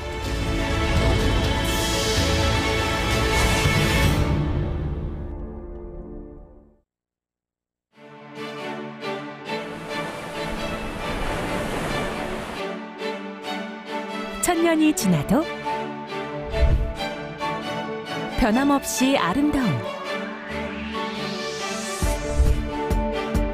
생명이 있는 해양 생태와 천혜의 자연 환경을 한눈에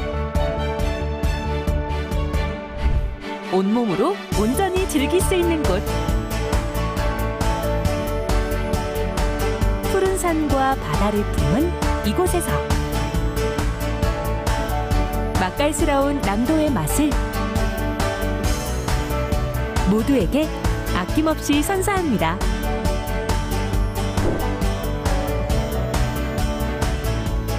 자연과 함께하는 웰니스의 성지, 모두가 행복하고 소중한 추억을 만들 수 있는 곳,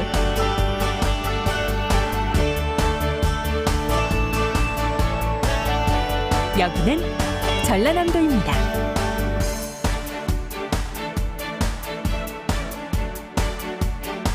(2022-2023) 전라남도 방문의 해, 당신을 기다립니다.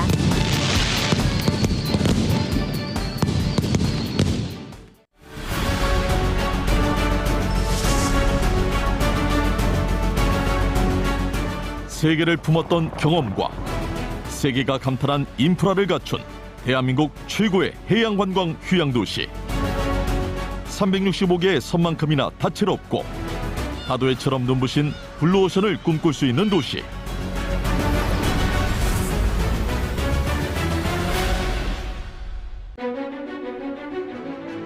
세계 비즈니스가 향하는 곳. 허니크 데스티네이션 글로벌 마이스 시티 여수. 이곳에서는 비즈니스가 휴양이 됩니다. 바다와 섬이 어우러진 매력적인 풍광, 다양한 엔터테인먼트, 다채로운 산업과 문화의 만남, 여유로운 휴식과 충전의 공간들은 관광이 곧 비즈니스가 되는 놀라운 시간을 선물할 것입니다.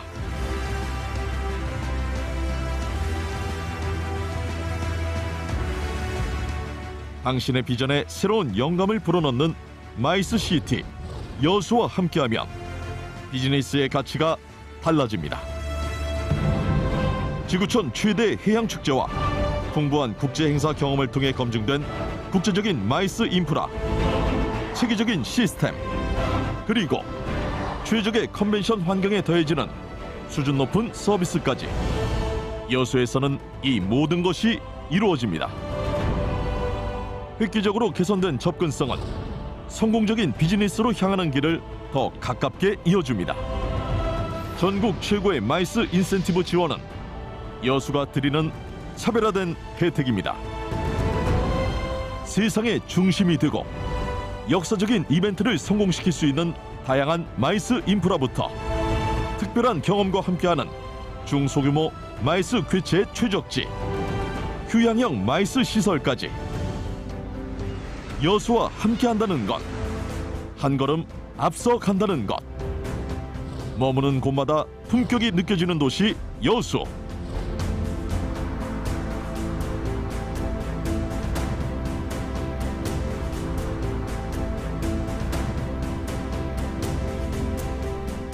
맛보는 것마다 추억이 되는 도시 여수.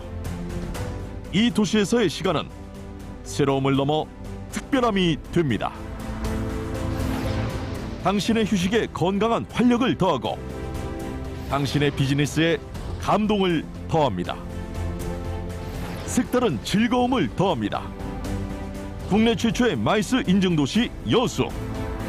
풍부한 경험을 갖춘 전문 인력들이 최고의 맞춤형 서비스를 제공합니다. 더욱 전문화된 여수의 마이스 역량을 직접 경험해 보십시오. 비즈니스와 관광은 글로벌 마이스 도시 여수에서.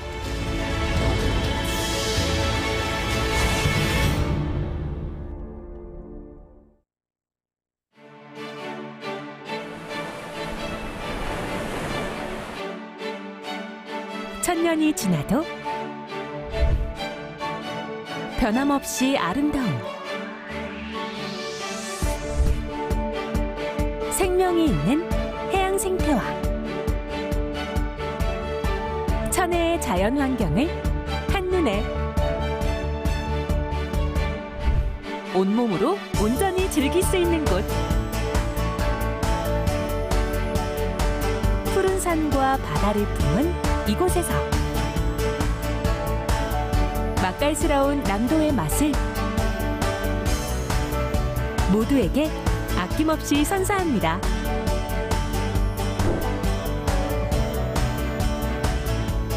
자연과 함께하는 웰니스의 성지.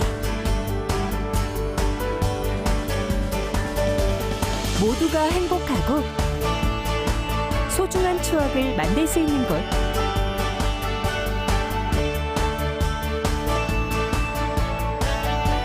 여기는 전라남도입니다.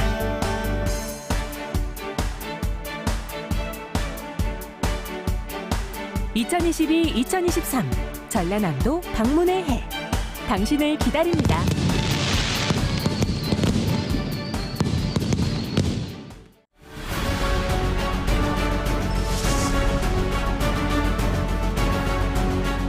세계를 품었던 경험과 세계가 감탄한 인프라를 갖춘 대한민국 최고의 해양관광 휴양도시. 365개의 섬만큼이나 다채롭고 다도해처럼 눈부신 블루오션을 꿈꿀 수 있는 도시.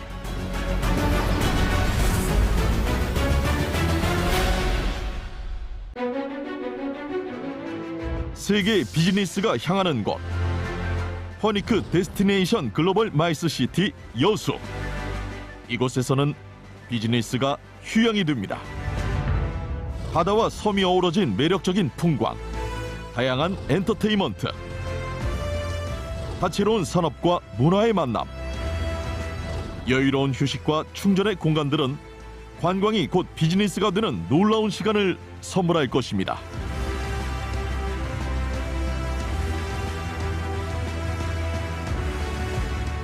당신의 비전에 새로운 영감을 불어넣는 마이스 시티 여수와 함께하면 비즈니스의 가치가 달라집니다.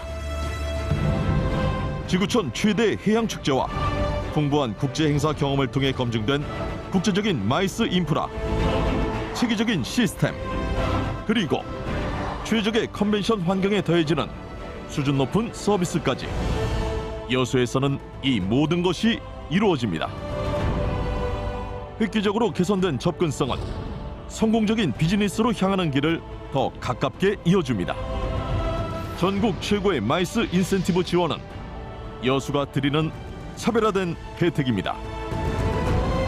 세상의 중심이 되고 역사적인 이벤트를 성공시킬 수 있는 다양한 마이스 인프라부터 특별한 경험과 함께하는 중소규모 마이스 개최 최적지, 휴양형 마이스 시설까지 여수와 함께한다는 것, 한 걸음 앞서 간다는 것.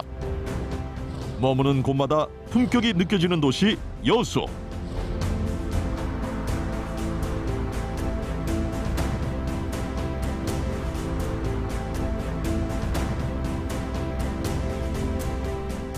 맛보는 것마다 추억이 되는 도시 여수. 이 도시에서의 시간은 새로움을 넘어 특별함이 됩니다. 당신의 휴식에 건강한 활력을 더하고 당신의 비즈니스에 감동을 더합니다. 색다른 즐거움을 더합니다. 국내 최초의 마이스 인증도시 여수. 풍부한 경험을 갖춘 전문 인력들이 최고의 맞춤형 서비스를 제공합니다. 더욱 전문화된 여수의 마이스 역량을 직접 경험해 보십시오. 비즈니스와 관광은 글로벌 마이스 도시 여수에서.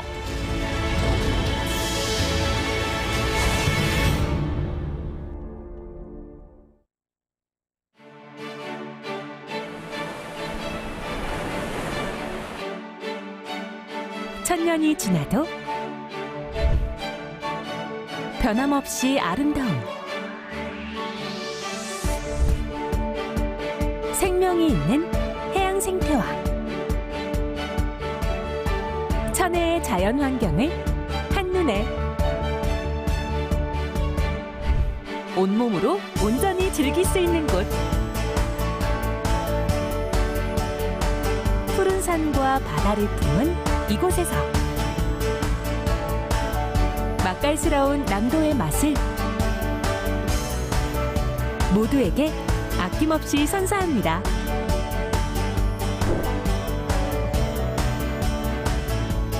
자연과 함께하는 웰니스의 성지. 모두가 행복하고 소중한 추억을 만들 수 있는 곳.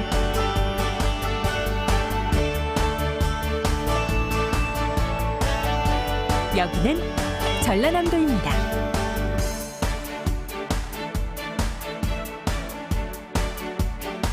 (2022-2023) 전라남도 방문의 해. 당신을 기다립니다.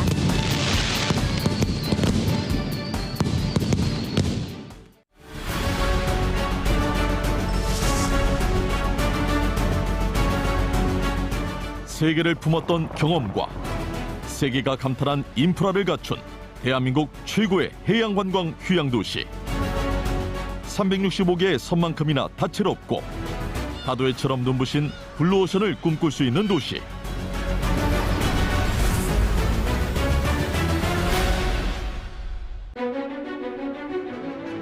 세계 비즈니스가 향하는 곳, 퍼니크 데스티네이션 글로벌 마이스 시티 여수. 이곳에서는 비즈니스가 휴양이 됩니다.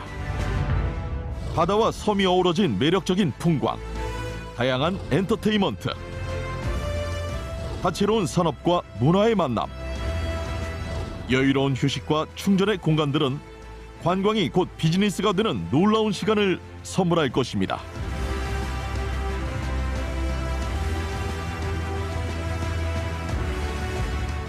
당신의 비전에 새로운 영감을 불어넣는 마이스시티 여수와 함께하면 비즈니스의 가치가 달라집니다. 지구촌 최대 해양 축제와 풍부한 국제 행사 경험을 통해 검증된 국제적인 마이스 인프라, 체계적인 시스템, 그리고 최적의 컨벤션 환경에 더해지는 수준 높은 서비스까지 여수에서는 이 모든 것이 이루어집니다. 획기적으로 개선된 접근성은 성공적인 비즈니스로 향하는 길을 더 가깝게 이어줍니다. 전국 최고의 마이스 인센티브 지원은 여수가 드리는 차별화된 혜택입니다. 세상의 중심이 되고 역사적인 이벤트를 성공시킬 수 있는 다양한 마이스 인프라부터 특별한 경험과 함께하는 중소규모 마이스 괴체 최적지, 휴양형 마이스 시설까지 여수와 함께한다는 것, 한 걸음 앞서 간다는 것. 머무는 곳마다 품격이 느껴지는 도시 여수.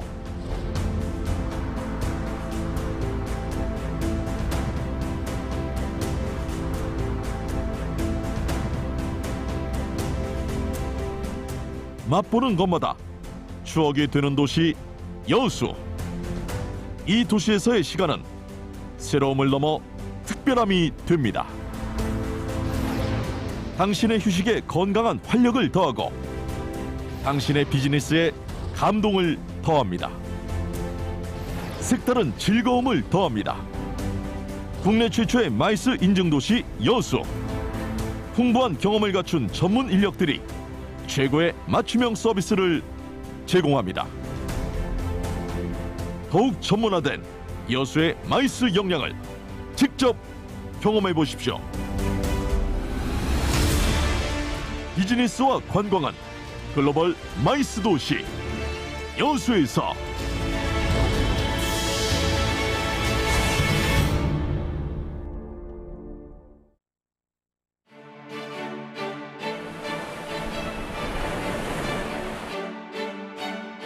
천년이 지나도 변함없이 아름다움, 생명이 있는 해양 생태와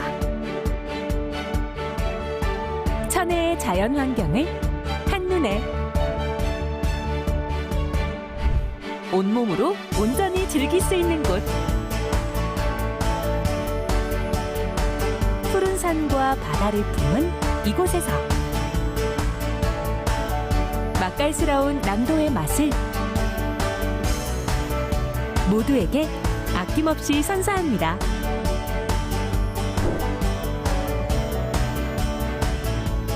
자연과 함께하는 웰니스의 성지.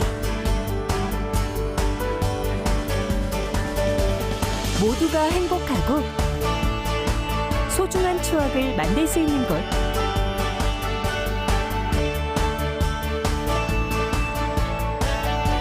여기는 전라남도입니다.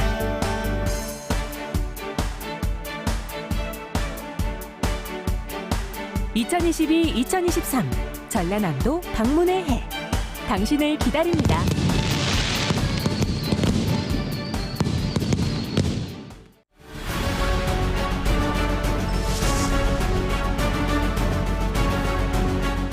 세계를 품었던 경험과 세계가 감탄한 인프라를 갖춘 대한민국 최고의 해양관광 휴양도시.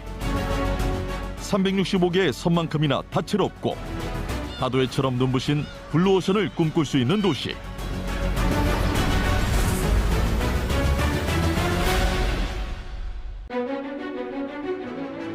세계 비즈니스가 향하는 곳.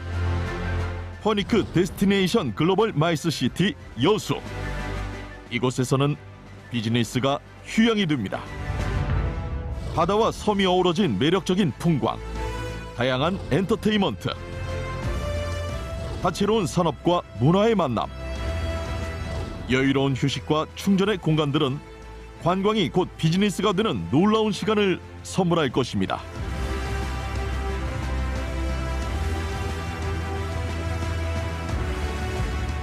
당신의 비전에 새로운 영감을 불어넣는 마이스시티 여수와 함께하면 비즈니스의 가치가 달라집니다. 지구촌 최대 해양축제와 풍부한 국제행사 경험을 통해 검증된 국제적인 마이스 인프라, 체계적인 시스템, 그리고 최적의 컨벤션 환경에 더해지는 수준 높은 서비스까지 여수에서는 이 모든 것이 이루어집니다.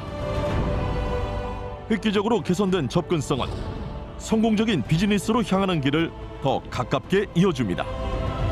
전국 최고의 마이스 인센티브 지원은 여수가 드리는 차별화된 혜택입니다.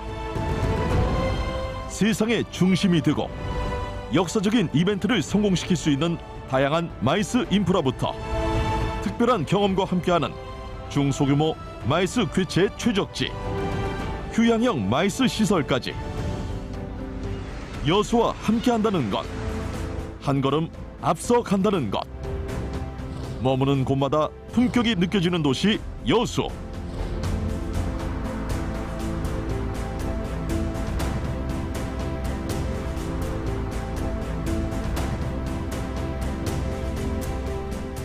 맛보는 것마다 추억이 되는 도시 여수. 이 도시에서의 시간은 새로움을 넘어 특별함이 됩니다. 당신의 휴식에 건강한 활력을 더하고 당신의 비즈니스에 감동을 더합니다. 색다른 즐거움을 더합니다. 국내 최초의 마이스 인증도시 여수.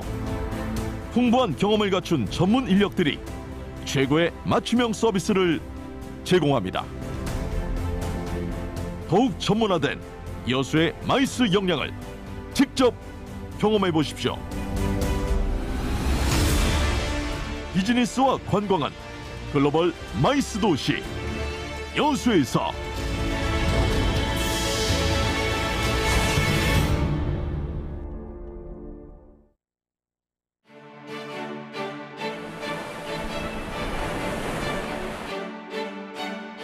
천년이 지나도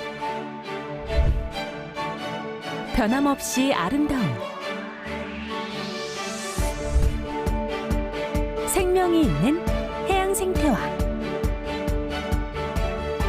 천혜의 자연 환경을 한눈에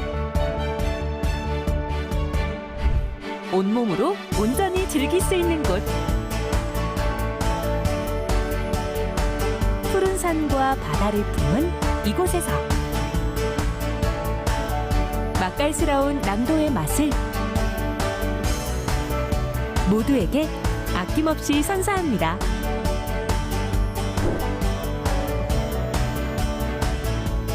자연과 함께하는 웰니스의 성지. 모두가 행복하고 소중한 추억을 만들 수 있는 곳.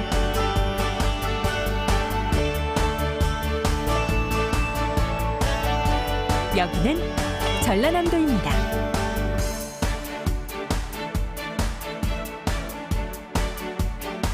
(2022-2023) 전라남도 방문의 해. 당신을 기다립니다.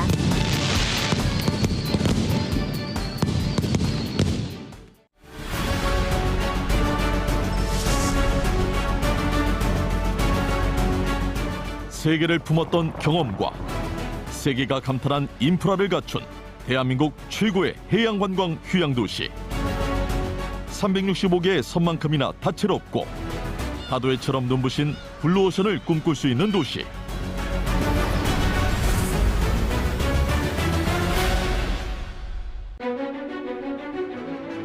세계 비즈니스가 향하는 곳. 허니크 데스티네이션 글로벌 마이스 시티 여수. 이곳에서는 비즈니스가 휴양이 됩니다. 바다와 섬이 어우러진 매력적인 풍광, 다양한 엔터테인먼트, 다채로운 산업과 문화의 만남, 여유로운 휴식과 충전의 공간들은 관광이 곧 비즈니스가 되는 놀라운 시간을 선물할 것입니다.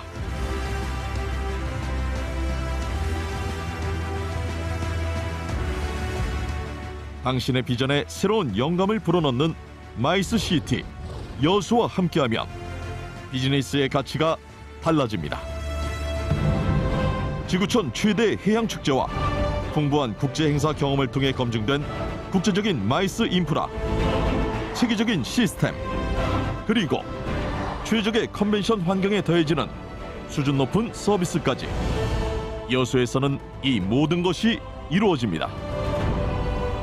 획기적으로 개선된 접근성은 성공적인 비즈니스로 향하는 길을 더 가깝게 이어줍니다. 전국 최고의 마이스 인센티브 지원은 여수가 드리는 차별화된 혜택입니다. 세상의 중심이 되고 역사적인 이벤트를 성공시킬 수 있는 다양한 마이스 인프라부터 특별한 경험과 함께하는 중소규모 마이스 괴체 최적지, 휴양형 마이스 시설까지 여수와 함께한다는 것, 한 걸음 앞서 간다는 것. 머무는 곳마다 품격이 느껴지는 도시 여수.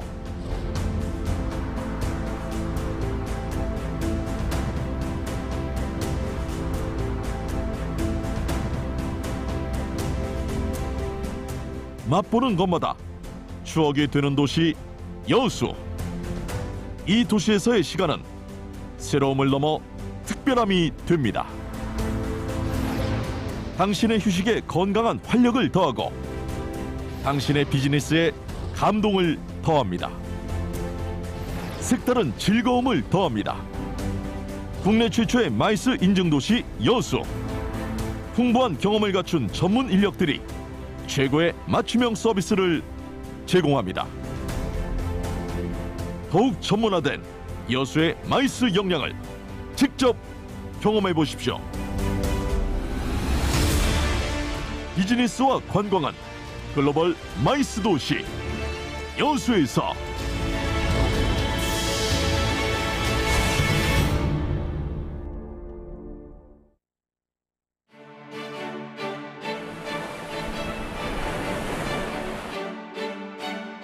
천년이 지나도 변함없이 아름다움, 생명이 있는 해양 생태와 천혜의 자연 환경을 한눈에 온몸으로 온전히 즐길 수 있는 곳. 푸른 산과 바다를 품은 이곳에서 맛깔스러운 남도의 맛을 모두에게 아낌없이 선사합니다.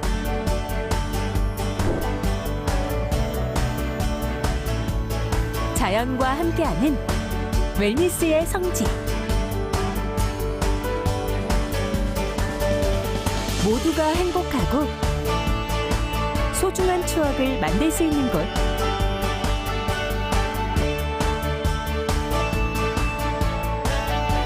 여기는 전라남도입니다.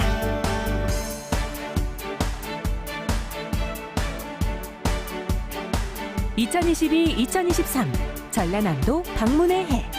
당신을 기다립니다.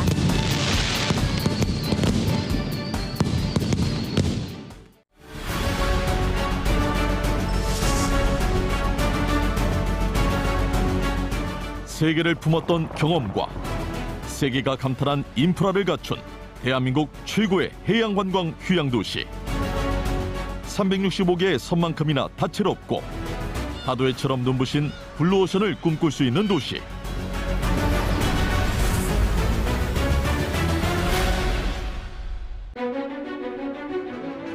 세계의 비즈니스가 향하는 곳. 허니크 데스티네이션 글로벌 마이스 시티 여수. 이곳에서는 비즈니스가 휴양이 됩니다.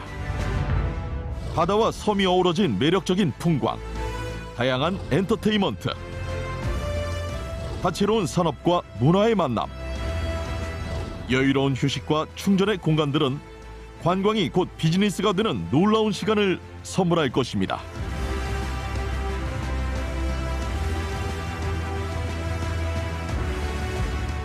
당신의 비전에 새로운 영감을 불어넣는 마이스 시티 여수와 함께하면 비즈니스의 가치가 달라집니다. 지구촌 최대 해양 축제와 풍부한 국제 행사 경험을 통해 검증된 국제적인 마이스 인프라, 체계적인 시스템, 그리고 최적의 컨벤션 환경에 더해지는 수준 높은 서비스까지 여수에서는 이 모든 것이 이루어집니다. 획기적으로 개선된 접근성은 성공적인 비즈니스로 향하는 길을 더 가깝게 이어줍니다. 전국 최고의 마이스 인센티브 지원은 여수가 드리는 차별화된 혜택입니다. 세상의 중심이 되고 역사적인 이벤트를 성공시킬 수 있는 다양한 마이스 인프라부터 특별한 경험과 함께하는 중소규모 마이스 괴체 최적지, 휴양형 마이스 시설까지 여수와 함께한다는 것, 한 걸음 앞서 간다는 것. 머무는 곳마다 품격이 느껴지는 도시 여수.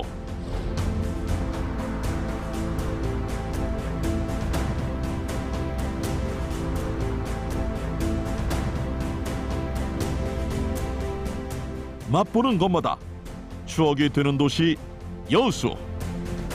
이 도시에서의 시간은 새로움을 넘어 특별함이 됩니다. 당신의 휴식에 건강한 활력을 더하고 당신의 비즈니스에 감동을 더합니다. 색다른 즐거움을 더합니다. 국내 최초의 마이스 인증도시 여수. 풍부한 경험을 갖춘 전문 인력들이 최고의 맞춤형 서비스를 제공합니다. 더욱 전문화된 여수의 마이스 역량을 직접 경험해 보십시오. 비즈니스와 관광은 글로벌 마이스 도시 여수에서.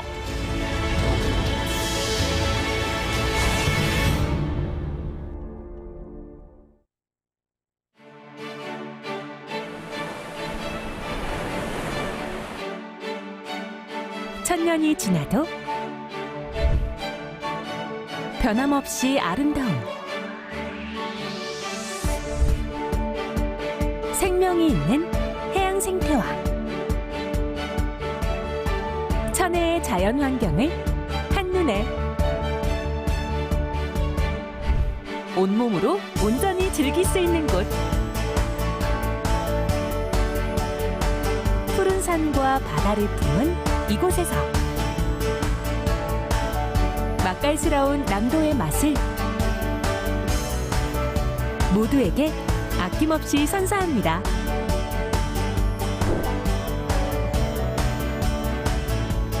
자연과 함께하는 웰니스의 성지. 모두가 행복하고 소중한 추억을 만들 수 있는 곳.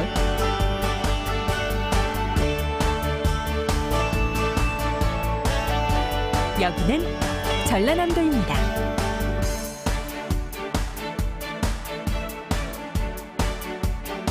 (2022-2023) 전라남도 방문의 해. 당신을 기다립니다.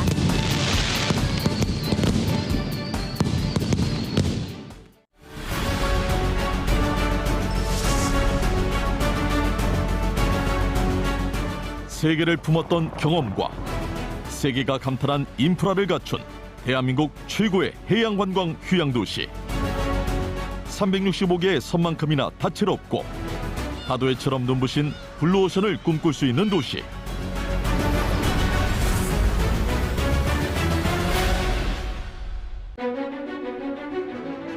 세계 비즈니스가 향하는 곳. 퍼니크 데스티네이션 글로벌 마이스 시티 여수. 이곳에서는 비즈니스가 휴양이 됩니다. 바다와 섬이 어우러진 매력적인 풍광, 다양한 엔터테인먼트, 다채로운 산업과 문화의 만남, 여유로운 휴식과 충전의 공간들은 관광이 곧 비즈니스가 되는 놀라운 시간을 선물할 것입니다.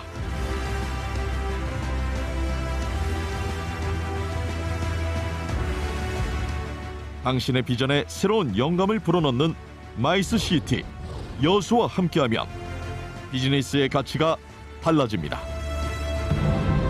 지구촌 최대 해양 축제와 풍부한 국제 행사 경험을 통해 검증된 국제적인 마이스 인프라, 체계적인 시스템, 그리고 최적의 컨벤션 환경에 더해지는 수준 높은 서비스까지 여수에서는 이 모든 것이 이루어집니다.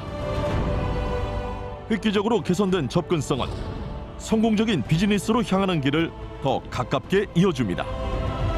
전국 최고의 마이스 인센티브 지원은 여수가 드리는 차별화된 혜택입니다.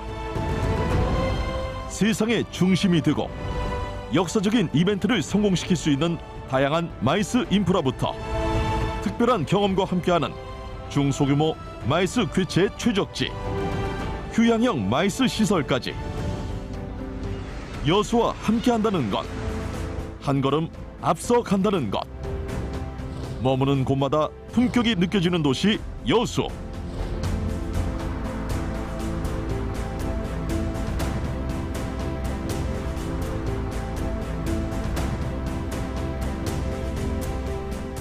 맛보는 것마다 추억이 되는 도시 여수. 이 도시에서의 시간은 새로움을 넘어 특별함이 됩니다. 당신의 휴식에 건강한 활력을 더하고 당신의 비즈니스에 감동을 더합니다. 색다른 즐거움을 더합니다. 국내 최초의 마이스 인증도시 여수. 풍부한 경험을 갖춘 전문 인력들이 최고의 맞춤형 서비스를 제공합니다. 더욱 전문화된 여수의 마이스 역량을 직접 경험해 보십시오. 비즈니스와 관광은 글로벌 마이스 도시 여수에서.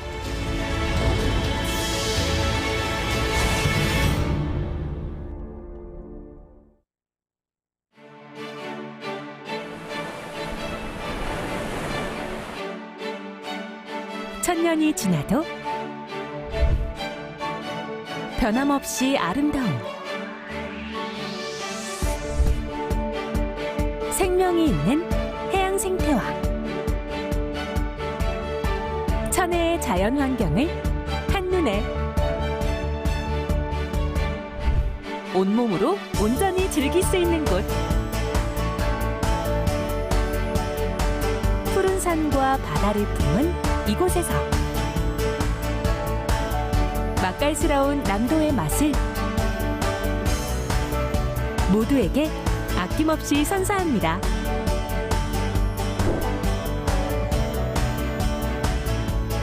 자연과 함께하는 웰니스의 성지. 모두가 행복하고 소중한 추억을 만들 수 있는 곳.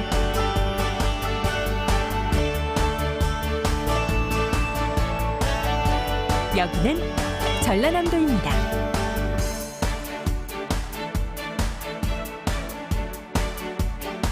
(2022-2023) 전라남도 방문의 해. 당신을 기다립니다.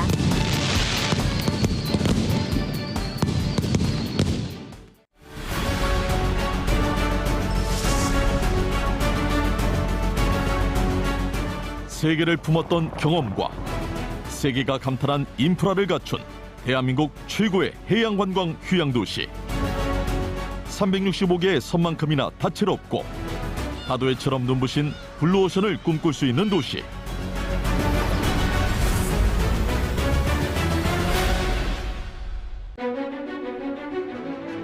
세계의 비즈니스가 향하는 곳. 허니크 데스티네이션 글로벌 마이스 시티 여수. 이곳에서는 비즈니스가 휴양이 됩니다. 바다와 섬이 어우러진 매력적인 풍광, 다양한 엔터테인먼트, 다채로운 산업과 문화의 만남, 여유로운 휴식과 충전의 공간들은 관광이 곧 비즈니스가 되는 놀라운 시간을 선물할 것입니다.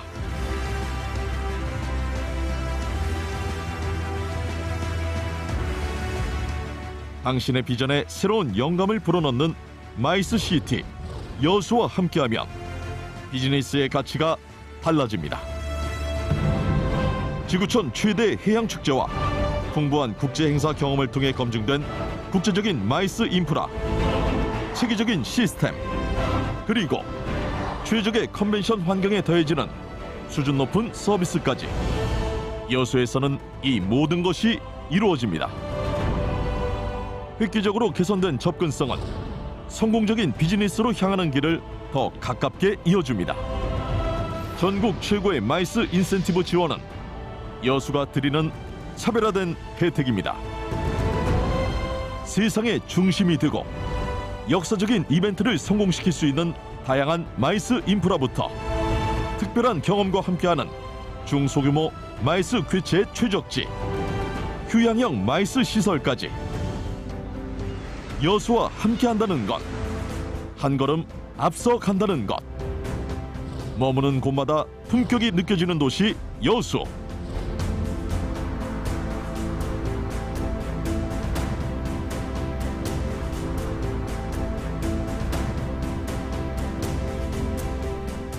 맛보는 것마다 추억이 되는 도시 여수. 이 도시에서의 시간은 새로움을 넘어 특별함이 됩니다. 당신의 휴식에 건강한 활력을 더하고 당신의 비즈니스에 감동을 더합니다. 색다른 즐거움을 더합니다. 국내 최초의 마이스 인증도시 여수. 풍부한 경험을 갖춘 전문 인력들이 최고의 맞춤형 서비스를 제공합니다. 더욱 전문화된 여수의 마이스 역량을 직접 경험해 보십시오. 비즈니스와 관광은 글로벌 마이스 도시 여수에서.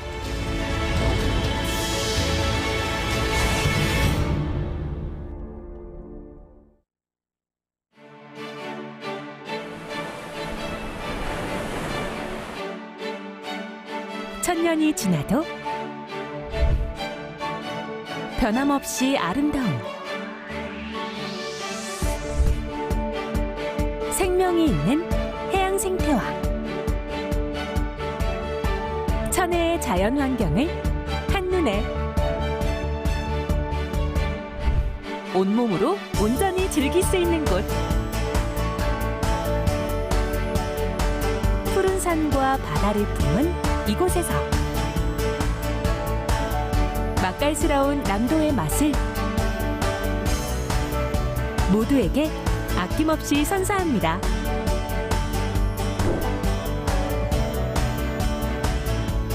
자연과 함께하는 웰니스의 성지. 모두가 행복하고 소중한 추억을 만들 수 있는 곳.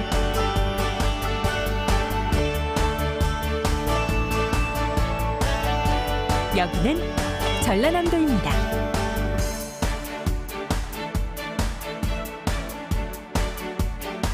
(2022-2023) 전라남도 방문의 해. 당신을 기다립니다.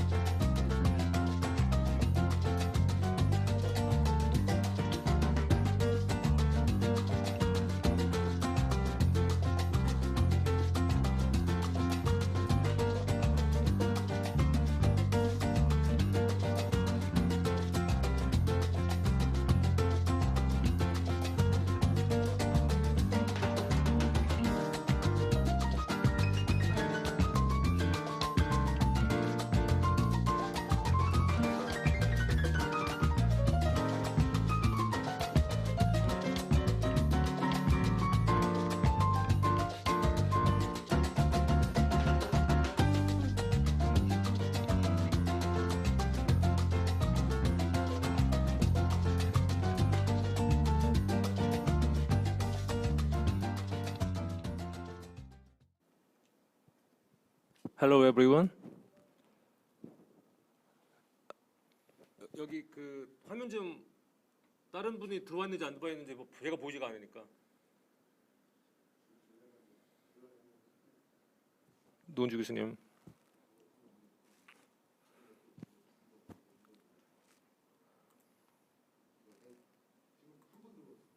오케이.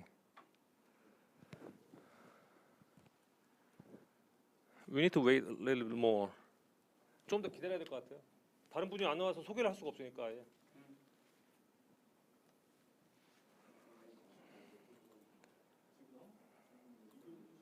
We are expecting Liri Pang and Siva Kumar, Jinsol Park, and Runze Liu.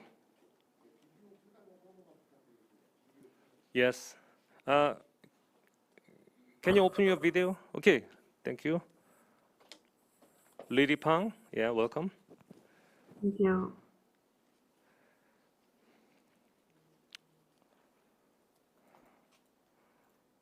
I'm still waiting Siva Kumar and Jinsol Park.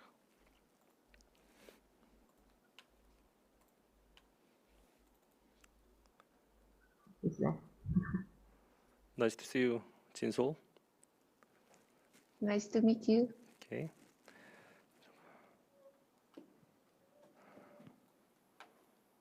Runze Liu, yeah. We are waiting one more presenter.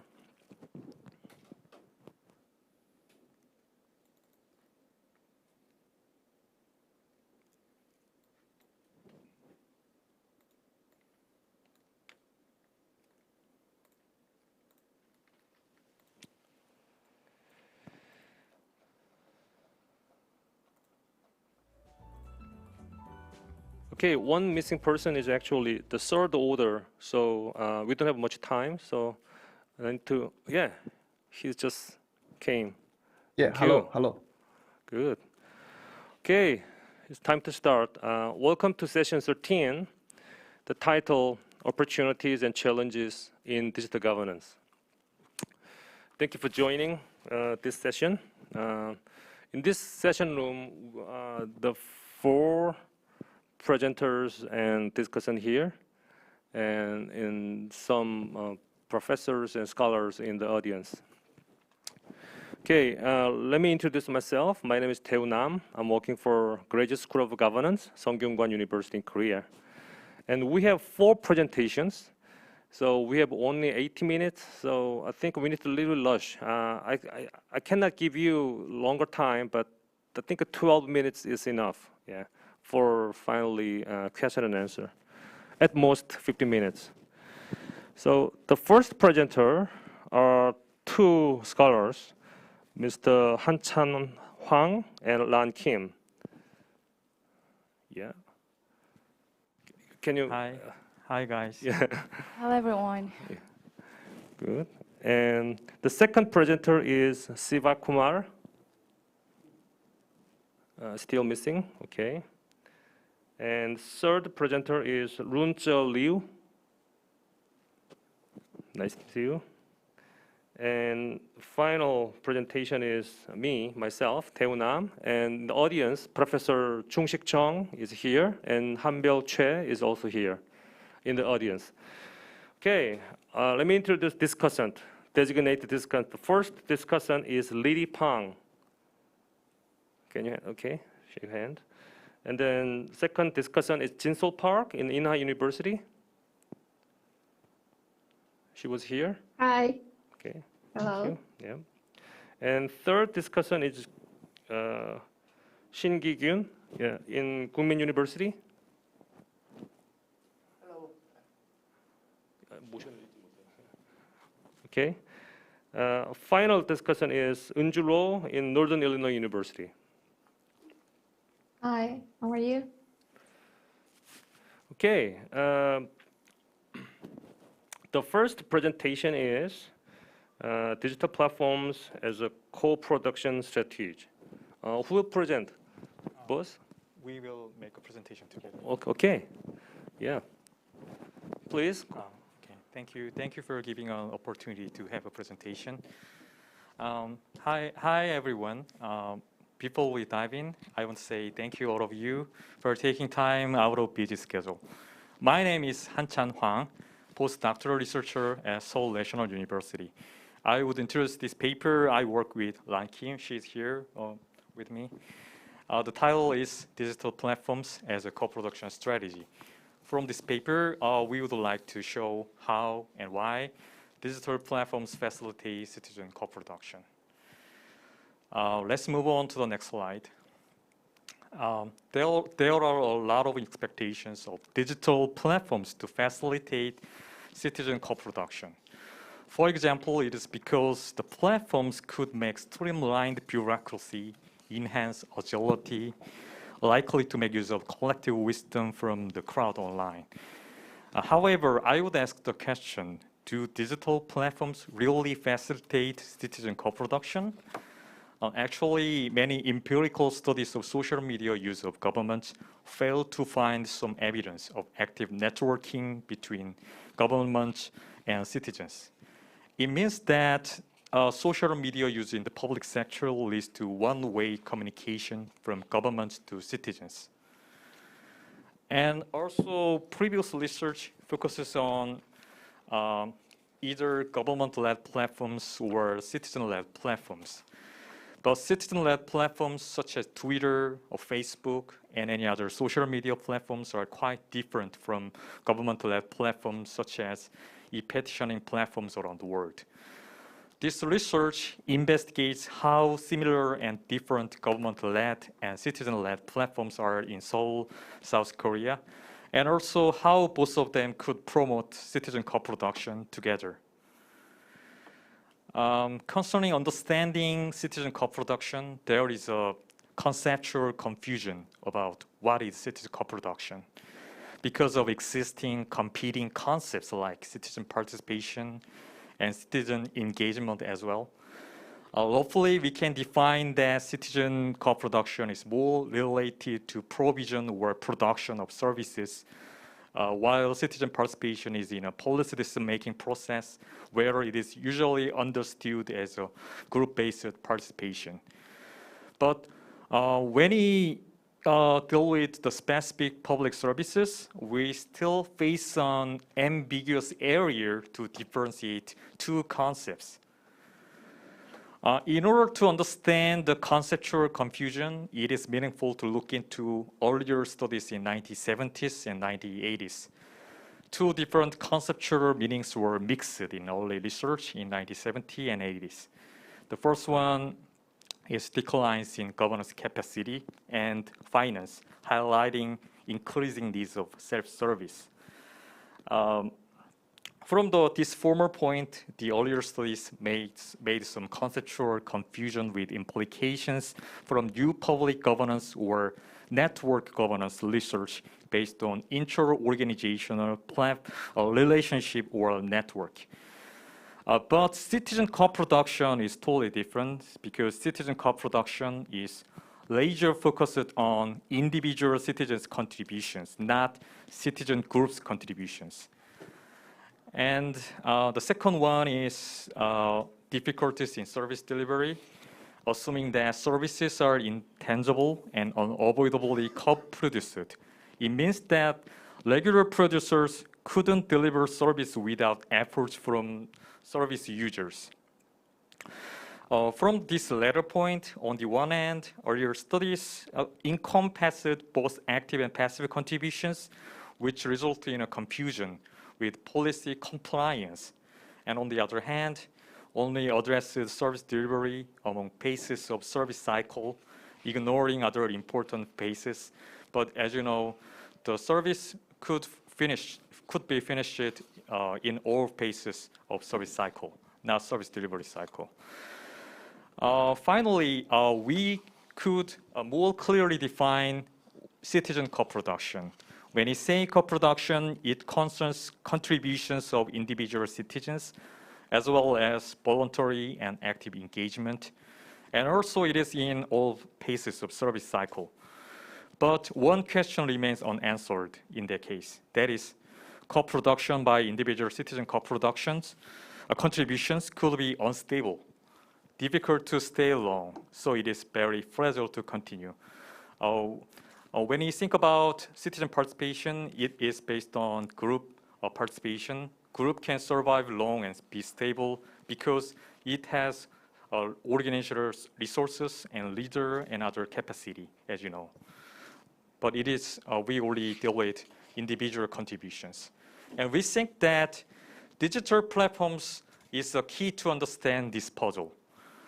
Digital platforms could have stability and flexibility by modularity, so that they are a key foundation to make co-production stable. According to Ansel and Gosh, modularity is an architecture that allows the easily combination of component parts. We can see the picture together. That is the snapshot of Democracy Seoul managed by Seoul City government. And you can see that each box is a sort of module in the snapshot. And individual citizens can fill in title, content, and designate category of the suggestion and post it online, waiting for signatures or likes from other citizens. It's very simple and understandable, such that activities are easily and flexibly being reorganized. We argue that digital platforms are the cornerstone to facilitate long-lasting co-production. Individual citizens easily gather together, interact, and express themselves on the platforms. If not, individual citizens should search for the place to gather together for a start. But as you know, it's a big burden for individual citizens. Digital platforms can be described as organizing without organization. We think that it is a good summary to understand the power of digital platforms. And as we already mentioned, it is necessary to differentiate two types of digital platforms. There are several differences they could have. First of all, government-led platforms could attract more well-motivated and active citizens, while citizen-led platforms have citizens with a lot of preferences and backgrounds. On the government-led platforms, governments have much more power to create and maintain operation rules. Therefore, it is important to understand how two types of digital platforms make a difference of citizen co-production and bring about a synergy. And Lan Kim continue to have a presentation. Yes, okay. Hi, I'm Ron Kim. So we'll explain about research method part. So basically, we have crawled everything from Democracy Seoul as government-led platforms, and also we use Twitter as a citizen-led platforms, and city governments has some active Twitter accounts to interact with citizens. So it is very good example for seeing these citizen co-productions. So data collection period is from 2019 and to 2012 to 21. And we use this topic model for analyzing these topics around the people in this Democracy Seoul and Twitter's of citizens.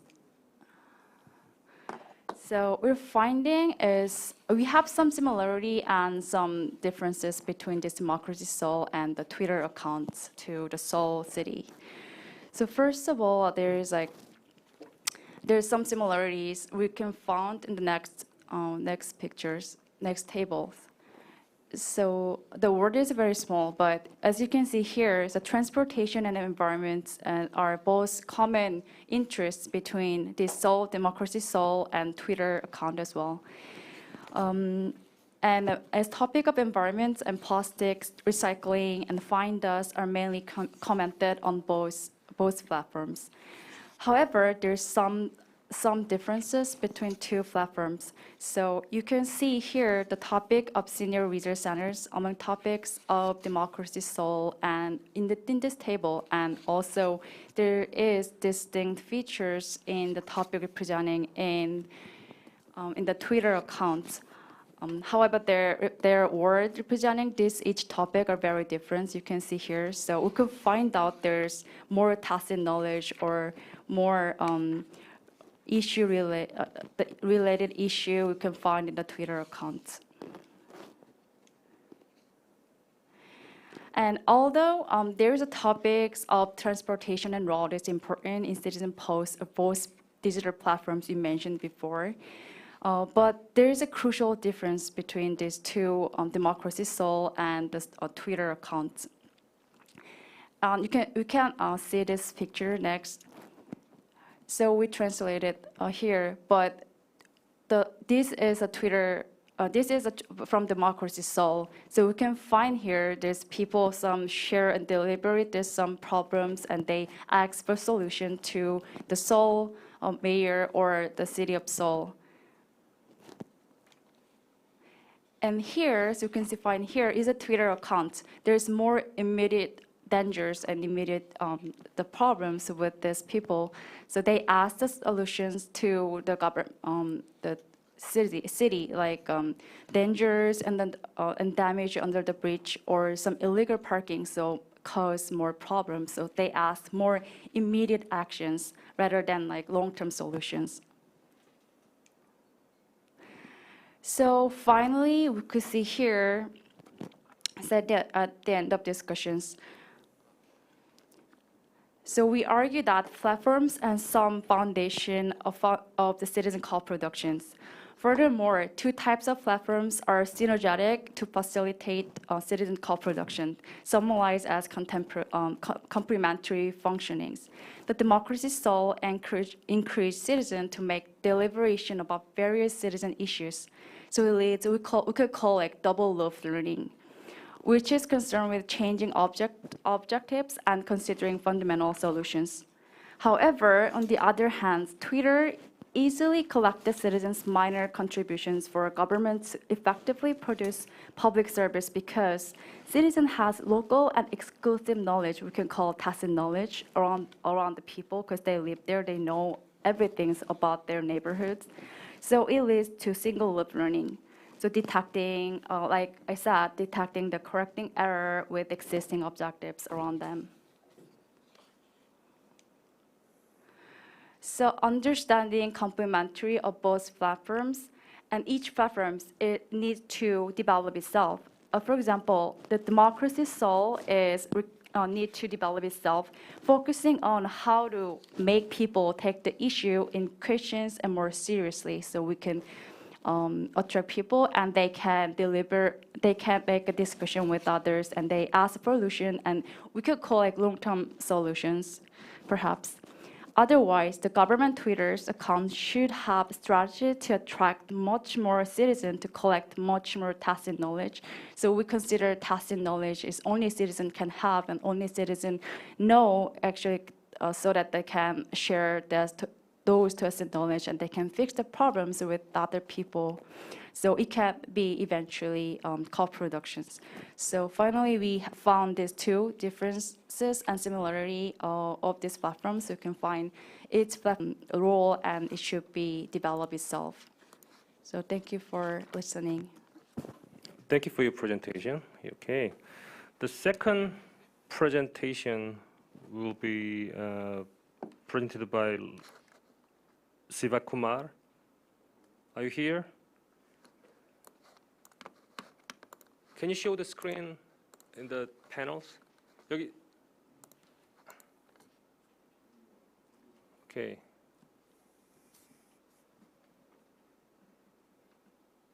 Can you show your face? Dr. Siva Kumar? Okay, yeah, I can see you. Yeah. Could you hear, sir? Sir, could you hear my voice? Yes, I can hear you. Yeah, yes, sir. Thank you, sir. Start. Yeah, you have 12 minutes. Sir, okay. Please go ahead. Yes, sir. Yes, sir. Okay, sir. Yes, sir. Wait a minute, sir.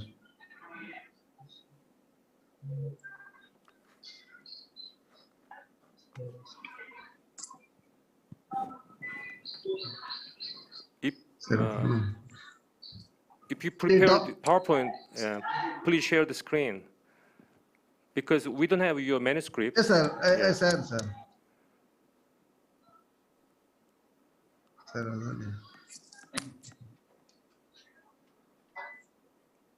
The topic of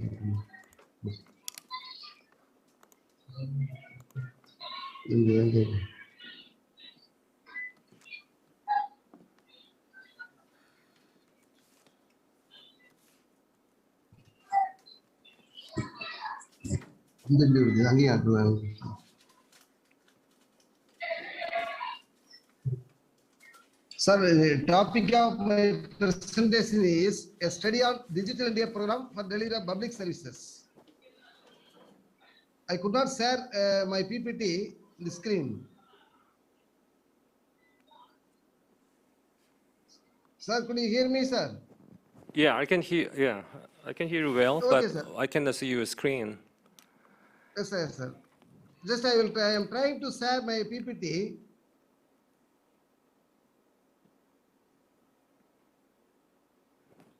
Couple of minutes ago, I saw your screen well. So can Yes, you sir. try again? And I need you to finish in 10 minutes.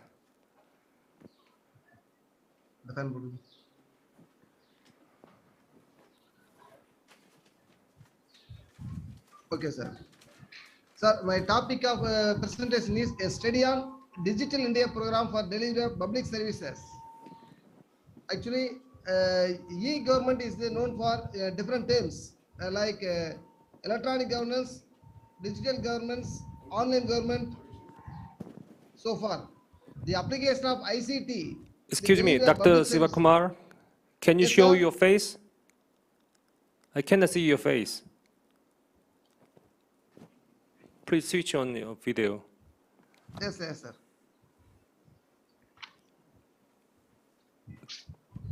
This online seminar is recording, so Yes, sir, yes, sir, yes, sir.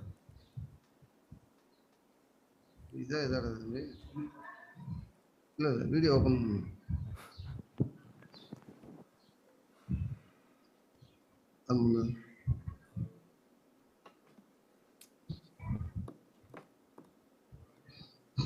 Yes, sir. okay, go ahead, please. Yes, sir. The e-government is also known by different terms such as electronic government, electronic governance, digital government, online government. E-government means the application of ICT in the process of government for better delivery of public services. As far as India is concerned, has started to function from 2014 onwards. So here I have chosen topic Digital India program.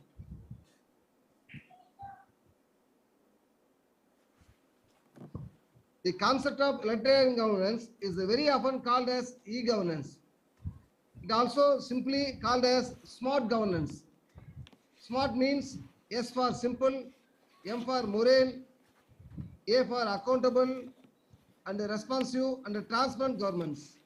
The aim of e-governance is to change the nature of traditional administration into digital administration.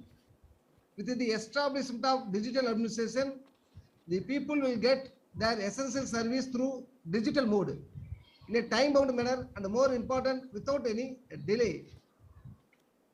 The objective of my research paper is on Digital India program for delivery of public services. They highlight the various public services delivered through digital governance. they study the important pillars of Digital India program.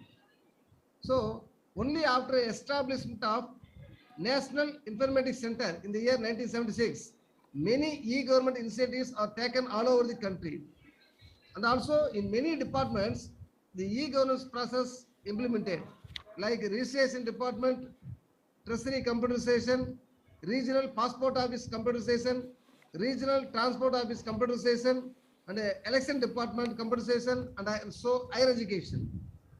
So Digital India for good governance, it is observed on 25th December. And Digital India for good governance is one of the important features of e-governance. So nowadays, 1 crore transactions per day, spanning over 2,700 services are taking place across the India. In the Indian government initiatives to promote e-governance in many ways, like National Informatics Center, National E-Governance Plan, Mission Mode projects, Common Service Centers or e-Seva centers, National E-Governance Service Delivery Gateway, State Data Center, and a statewide area network, e-Thon, and a Digital India program, and a mobile service delivery gateway. These are the many initiatives started by Indian government to deliver public services through digital mode. One of the main features of this e-governance is Digital India program.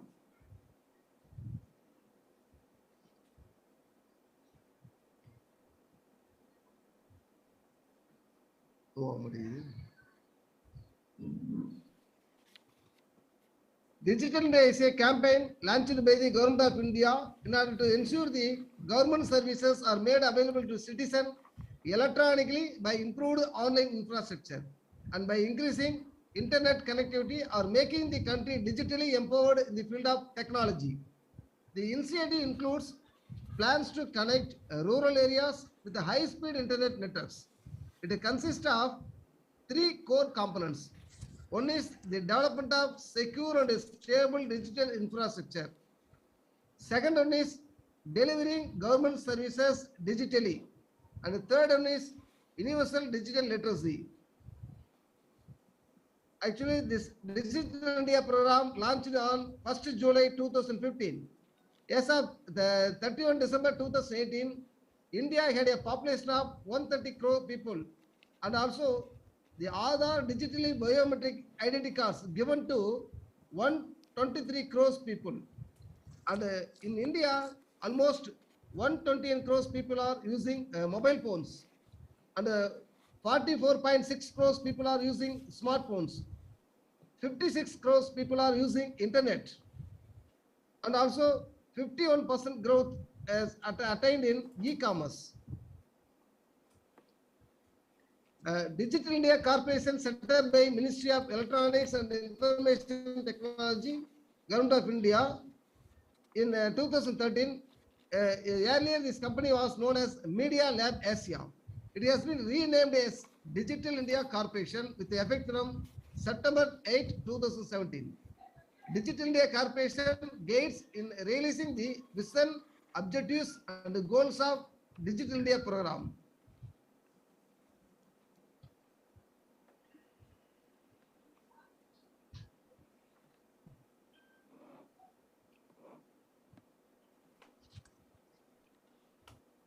Digital India is a flagship program of the Government of India with a vision to transform India into digitally empowered society and a knowledge economy. The program was launched on 2015. The program aims at providing digital infrastructure as utility to every citizen, as well as high-speed internet as a core utility in all Grama Panchayats. The overall scope of this program is to prepare India for knowledge future, to make technology central to enabling change, to become umbrella program covering many departments. So the vision areas of Digital India is digital infrastructure as a core utility to every citizen, and the governance and the services are demand digital empowerment citizens. Actually, this program management structure was headed by this digital management structure. and also Ministry of Communication and IT and Apex Committee chaired by Cabinet Secretary. These are the program management structure. At state level, state Chief Minister, state IT ministers, they are the heading this Digital India program. There are 9 pillars of Digital India. These pillars are called as broadband highways, universal access to mobile connectivity, public internet access program, e-governance, reform government and technology, and the e-Kranti, the electronic delivery of services, information to all, the electronic manufacturing, IT for jobs, and the early harvest program. These are the 9 pillars of Digital India program. As far as infrastructure is concerned, there are 29 infrastructure facilities established by the central government for the efficient and effective delivery of services. With regards to service components are concerned, 69 services are initiated by central government for better delivery of e-government services. To empower Indian citizen as a digitally empowered citizen, Digital India program focused in 16 important areas for the development of e-governance process and a better delivery of public service through e-governance. Digital India program aims at pulling together many existing schemes. These schemes will be restructured, revamped, and refocused and will be implemented in a synchronized manner. So with this, I conclude my presentation. Thank you for the opportunity. Thank you one and all. Thank you, sir. Thank you. You're wonderfully keeping time, actually. I just clicked 10 minutes, but you finished 9 minutes. Thank you. Thank you very much. Thank you, sir. Thank you, sir. Thank you, sir. And third presentation is Lunze Liu and Jianing Mi from Harbin Institute of Technology. Lunze. Yes, Professor. Can you see my screen? Yeah, I can see you well. Yes. Yeah. Yeah, please. Yeah, I'm ready. Yeah, please share the screen and go ahead. Yeah, hi, ladies and gentlemen. First, may I thank for the session chair and the organizing committee for permitting me the privilege to present my lecture. I'm Lunze Liu of Harbin Institute of Technology in China, and I'm sharing my paper. The title in the conference manual is the title used in our proposal, and in the full paper, we have revised it to the current title, Understanding Gamification Enabled Customer Experience in Continuous Intention of Digital Platforms for E-Government. I should like to give this talk in 4 parts. The first part deals with introduction. The recent COVID-19 pandemic has shown how customer experience is critical for many business companies, cities, regions, and countries worldwide. Indeed, citizens are accustomed to the experience offered by business companies such as Amazon and Uber, and now want the same from governments. Despite the fact that many governments are moving forward with citizen-oriented customer experience initiatives when implementing DPEG, most governments underperform in customer experience, and they often encounter difficulties in creating a unified customer experience. Gamification as a specific system designing mechanism reflects the application of game elements to non-game activities.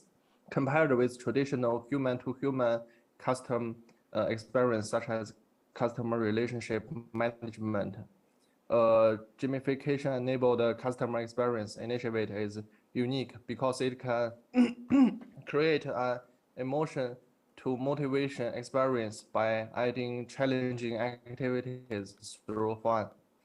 Scholars recently have argued that gamification-enabled customer experience initiatives should be considered when thinking about the context of the e-government, which may have the potential to increase citizen usage behaviors. For example, a leading Chinese DPEG, such as this platform, is the most widely used security education, training, and awareness platform, SETA, utilizes gamification to evaluate the customer experience. So this study aimed to answer the following questions: does gamification-enabled customer experience affect citizens' behavior intention of DPEG? And if possible, how does it happen? Understanding motivation science gave us many valuable insight into citizens' way of thinking, feeling, and behaving towards gamification-enabled customer experience initiatives, so helping us sustain their long-lived usage.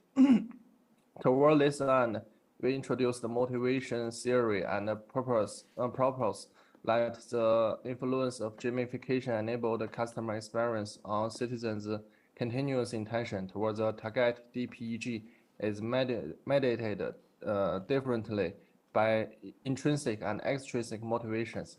Our study has two particular research objectives. First, we draw on the motivation view to explore the impact of the gamification-enabled customer experience in both intrinsic and extrinsic motivations, which is in turn influence citizens' continuous intention towards DPEG. And second, we further incorporate gamification-enabled customer experience as a contingency factor in the path from motivations to continuous intention. So we emphasize how citizens react to the gamification-enabled customer experience initiative to clarify the potential situational boundary conditions of the DPEG's phenomenon under investigation. In the second part, I would offer a short brief description of theoretical foundation and research model. Scholars and participants have started spreading interest in gamification-enabled customer experience recently, which is influenced by a gamified systems design.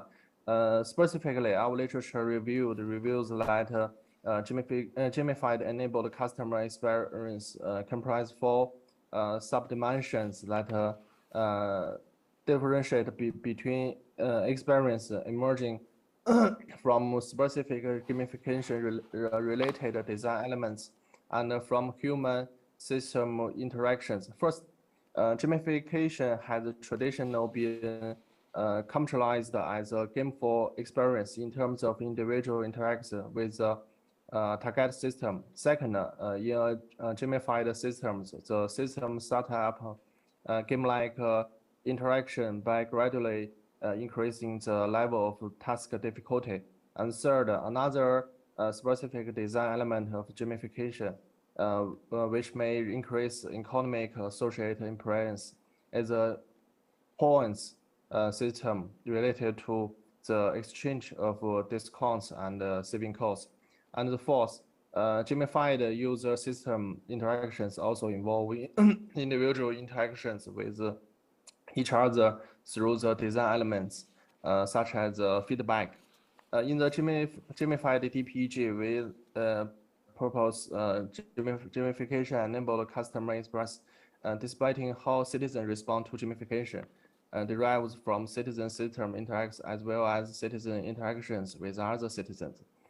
Motivations are general characteristic that activate, guide, and sustain actions taken to fulfill human needs to desires. Intrinsic motivation concerns behaviors that are experienced as inherently satisfying, and extrinsic motivation concerns the behavior that is derived from the external stimuli. Our literature review reveals the intrinsic need satisfaction, which focused on the growth considerations, has been recognized as one of the most representative scourge concept of the intrinsic motivation. Moreover, OIT has typically been viewed as a representative theoretical lens for understanding extrinsic motivation, suggesting that the extrinsic motivation consists of four core aspects as the granular value, including external motivation, introject motivation, identified motivation, and targeted motivation. Thus, we propose the following hypotheses H1 to H8. So now I shall concentrate on the research methodology. This study conducted an online survey to determine whether participants had an experience necessary to participate in this study. The introductory section contained one screen item to which they have to reply yes or no. I'm aware of the gamification mechanism, or I'm not, but in this platform. Data collection was completed in 1 week in November 2021, and 457 responses were received. 21 responders who answered no to the screen item were removed from the set of responses, resulting in a total 436 valid responses and a response rate of 87.2%. After deleting the incomplete response and the repeated response, a total of 428 questionnaires were used for data analysis. The statistical characters of the sample are present in this table. And then we assess the reflective construct through the indicators of factor loadings, RHO and average and AVE, where we test for the weight loadings and the significant level of the formative constructs as noted in this table. We can see the VIF is ranged from 1.178 to 7.840. All VIF values are all below 10. And we can proceed with hypothesis testing. As shown in the picture, all the hypotheses were supported regarding the explanatory power of the research model. Our theoretical model explicates 62.1% variance in intrinsic motivation and 37.5% variance in extrinsic motivation and 74.1% variance in continuous intention towards DPG, respectively, demonstrating a good explanatory power of the proposed research model. We further conduct a bootstrapping test to examine the mediation effect as described in this table. The bootstrapping test results demonstrated potential mediation effects for our model, for our research model. Now I would like to address myself to implications and future research directions. Overall, our theoretical framework has three major contributions: the theoretical implications and the practice implications. Specifically, gamification-enabled customer experience will enhance intrinsically motivated behaviors. Therefore, administrators and system designers should recognize that it is imperative to utilize one-size-fits-all approach and design the DPG with a unified gamification-enabled customer experience initiative. And there have several limitations in our research.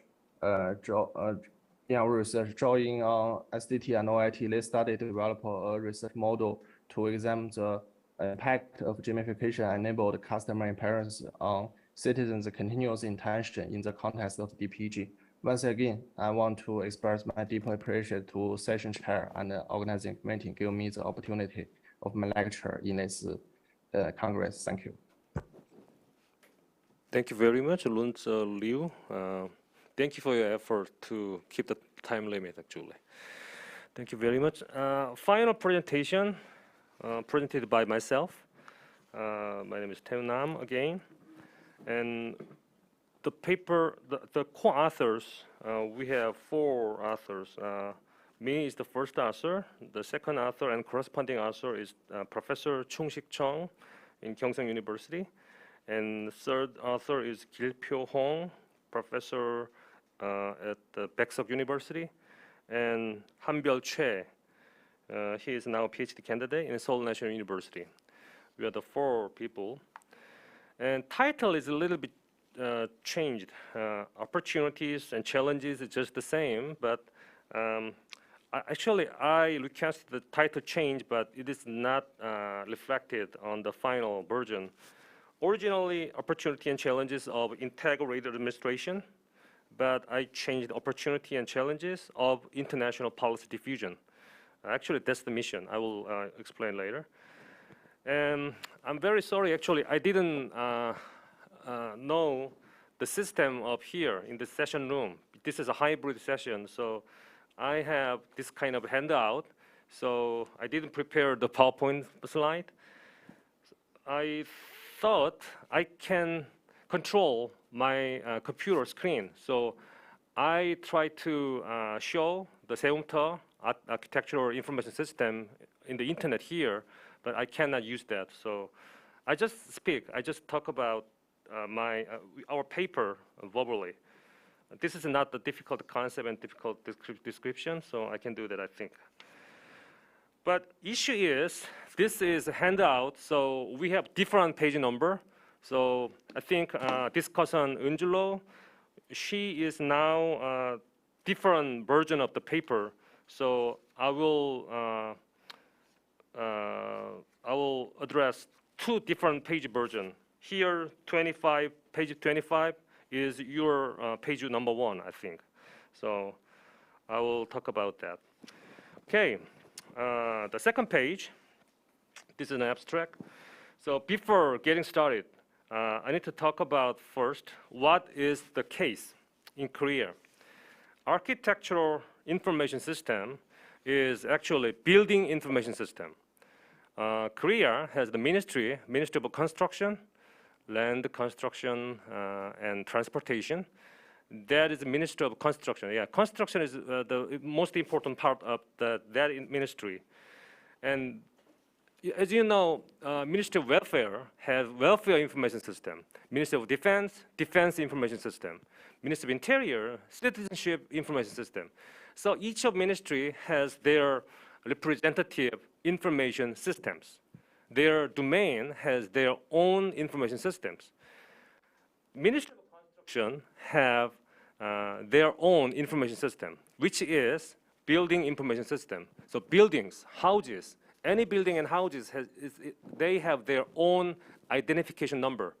And the data about the buildings and building history are recorded on the database. This is the system, information system, and regarding building and housing matters. That is building information system. But we are calling this one is officially architectural information system. Abbreviation is AIS. AIS. Okay, this is the case. Our team is kind of the member of the project. I cannot tell what is project because the funder doesn't want to tell that, but this is the mission. How can we sell, not the physically, financially sell, but how can you marketing this information system to the developing countries? Because Korea is now very important, number one, helper countries. How can I say? Donor countries, in ODA concept, official development aid, donor country. In terms of e-government, digital government, because Korea is ranked number one in United Nations e-government readiness index and OECD digital government index, so many global indicators.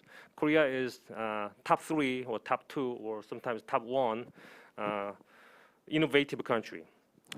So Korea has many missions to create system to selling out to the developing countries. So we are looking at architectural information system to implant this system to developing countries. How can we do that? This is the mission. So this research question is not based on purely academic concept, but rather this is come from a practical situation, practical concept. So I need to understand that kind of motivation. But we are now in the academic conference, so even if our motivation is practical concept, but this is conference paper, so what kind of research model or what kind of theories are the best fit in this situation, this research motivation. So we have three research backdrops. The first one is theory of information system integration. Because architectural information system, this one is not only for one policy domain system. This is integration, consolidation of different systems, different database, and different infrastructures, different services. So this is a huge integration of systems. So that is one part. And second part is, I think, page number 7 in Professor Lo Unju. Yeah, you need to see page number 7. And this brochure is page number 31. The second thing is policy diffusion. This is the most important part of this study. We are now considering policy diffusion not just in domestically, but we are actually promoting, we are seeking to do the policy diffusion internationally, globally. So international, global policy diffusion is our mission. So that is kind of our theoretical background. And third one is page number 9.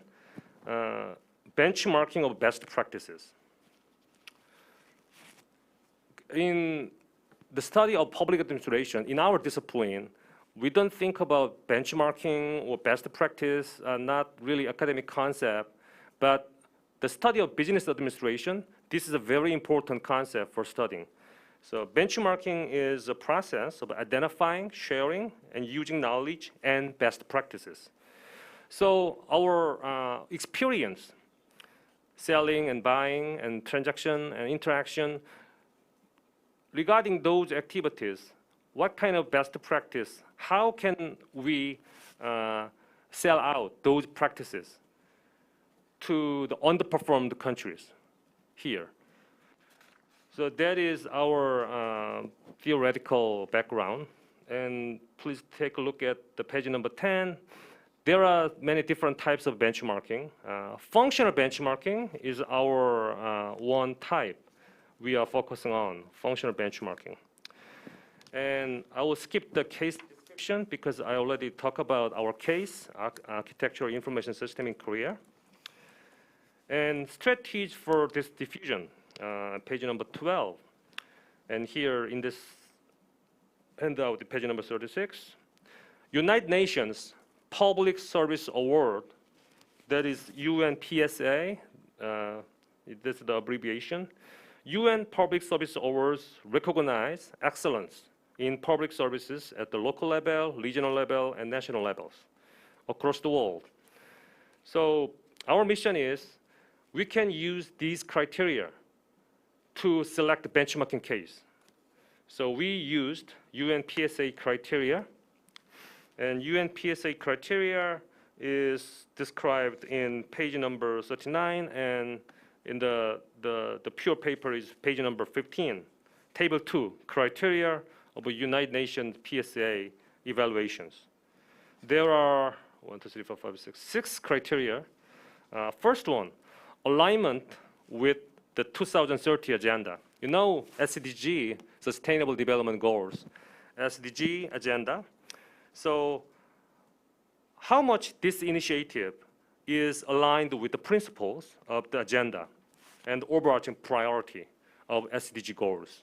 That's the first important criteria for United Nations PSA.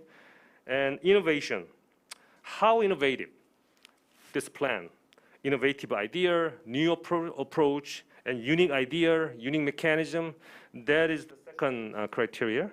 And the third criteria is significance, big impact, which means positive big impact on the population.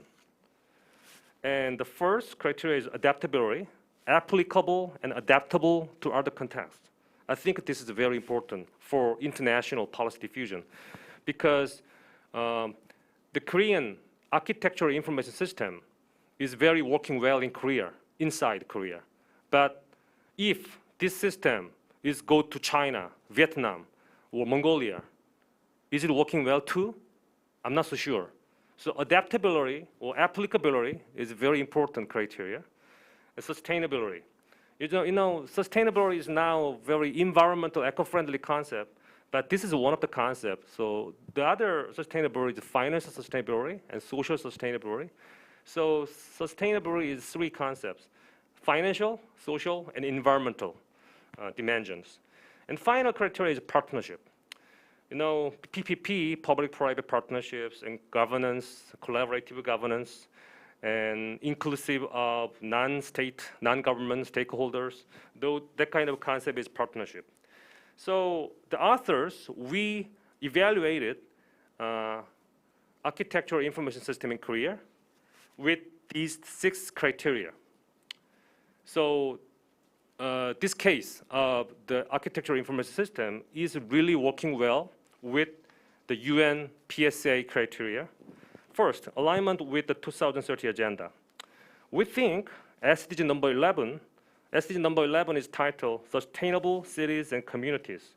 It directly related to each other. And the second criteria is innovation. Innovation criteria, what kind of innovation is driven by the architectural information system in Korea? Now, Korean architectural information system is moving to cloud computing system. That's a unique way and new wave of innovation. And the traditional innovative approach is the principle, no visit, no paper principle. So using any citizen and any developers, any contractors using this system, they don't need to go to the city hall. They don't need to go to government people. No visit, no paper. Using the internet, 세움터 online page, that's it actually, very easy.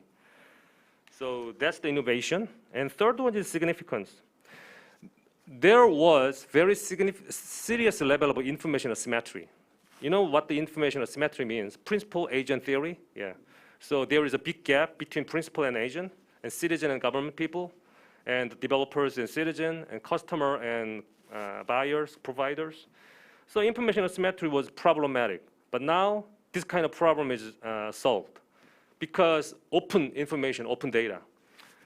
And also any other significant impact is on the quality of living because this system provides access to accurate information about house and buildings. And third one is the completeness of information about housing, especially public housing. And the first criteria is adaptability. Adaptability is, I think, mimicry or imitation of other countries' best practice is starting point to innovation, I think. So maybe Vietnam and Laos, those countries can imitate Korean best practices. So this is adaptability. But issue is, here our co-author, Professor Chung, his metaphor is this is a heavy system, heavy system. He joked, this system is heavy, just as me, actually, he said. Heavy means big system, really big system. I just said information system integration. This is an integrated system. Integrated system means this system is system of system. Too complex and too complicated and too complex. So that is a problem. Why this is a problem? In Korea, this is not a problem. But when we sell out this system to other countries, those countries cannot control this heavy system. So we need to sell this system partially. We need to modularize some segmented part, and then we can sell. So this is a problem. So how can we downsizing? How can you minimize the system? That is the mission for the marketing. And the sustainability, that's the 5th version. Not only natural environment is important, but also we are living in the urban area, so built environment is also important. So perspective of a built environment ecosystem, that is important part. So government can easily monitor buildings' life cycle and trace buildings' history. That is the 5th criteria. And partnership. There is a collaboration between local level government and provincial level government in Korea and the national level government. So this is the kind of data sharing and data integration across different levels of government. So this is a good partnership. And also silo culture and stovepipe system is not consistent with the advancement of architectural administration. So we need to have collaboration across sectors, civic sectors and the financial sectors and government sectors too. So partnership is now a very important part of the system. I think this is all. So final mission, conclusively saying, many of the previous ODA project in e-government was successful, especially Professor Chung participated in so many projects to ODA of e-government information systems. But this system, I'm not so sure, because it depends on our efforts in the future. So one of the reasons of the failure was people assumed that adopting, launching, and installing information system is already well-established process. But is it not well-established process? We need to prepare that. So this is a very important lesson. Okay, thank you for your attention. I finished my presentation. Thank you. We have 20 minutes. Sorry, yeah, right. That clock is now 2. Yeah, 20 minutes, okay. We have 20 minutes. The first presentation, Mr. Huang and Dr. Kim's presentation, who is Lidi Pang from University Brunei, Darussalam, and she will make a comment to the first presentation. You have, I think, 4 or 5 minutes. 4 minutes will be okay. Yeah. It's okay. I don't have a lot of comments. I think the paper is quite good, in the sense that at least I know something about Korea's digital platform, using this digital platform for co-production. Yeah. I think one of the issues that I see was in terms of methodology, topic modeling. You're getting all this data from, is it English-based comments or is it in Korean? And I think I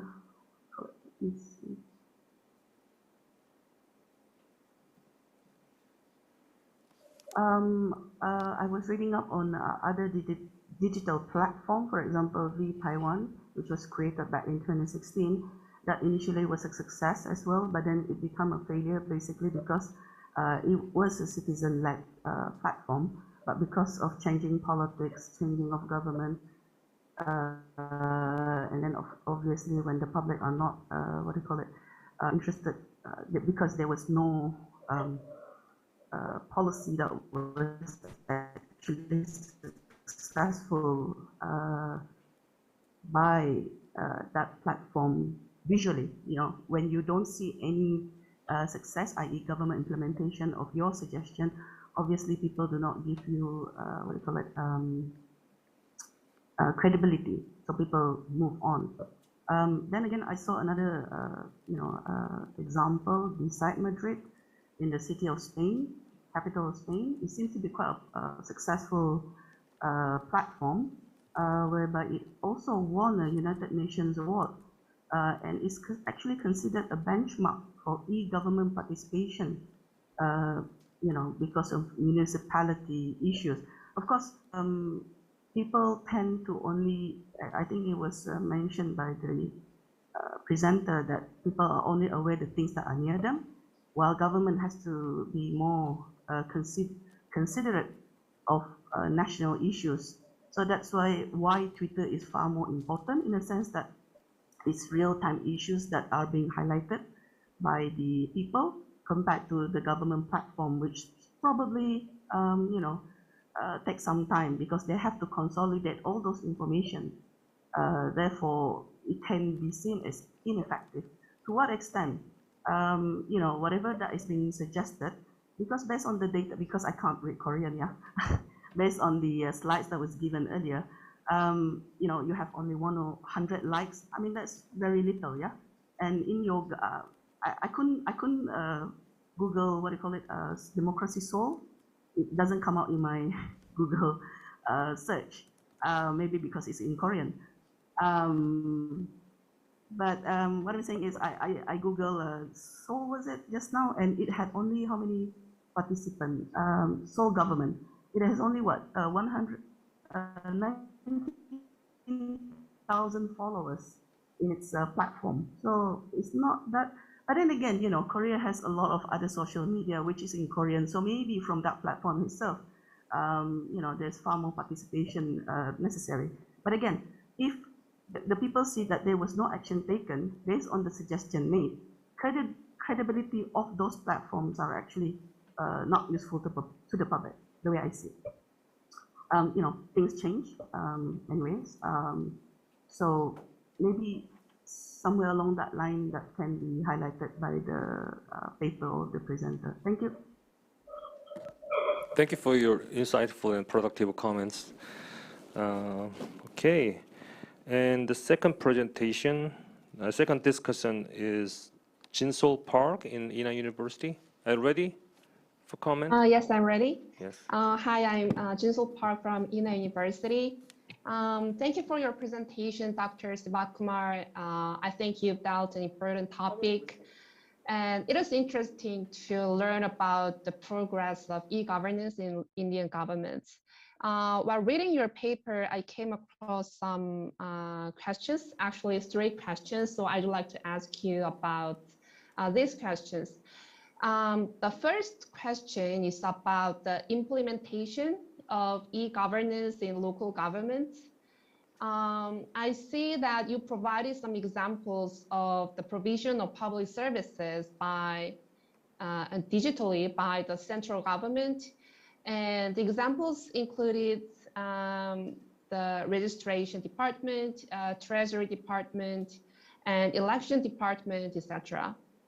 And obviously, it is important for the central government to promote e-governance, but I was wondering how e-governance was implemented by local governments, because it is actually generally local government that provide the public services to citizens at the grassroots level. So that was one question. And the second question is about the role of private sector in e-governance in India. We know that India is one of the leading countries in IT industry. And we know there are some global IT firms like TCS, Wipro, and Infosys. And your paper has mainly focused on the relationship between citizens and governments. And I was wondering if these IT firms play any crucial roles for e-governance. And I think this question may be relevant to the theme of governance and co-production as well. The final question is about the inequality that may have increased due to e-governance.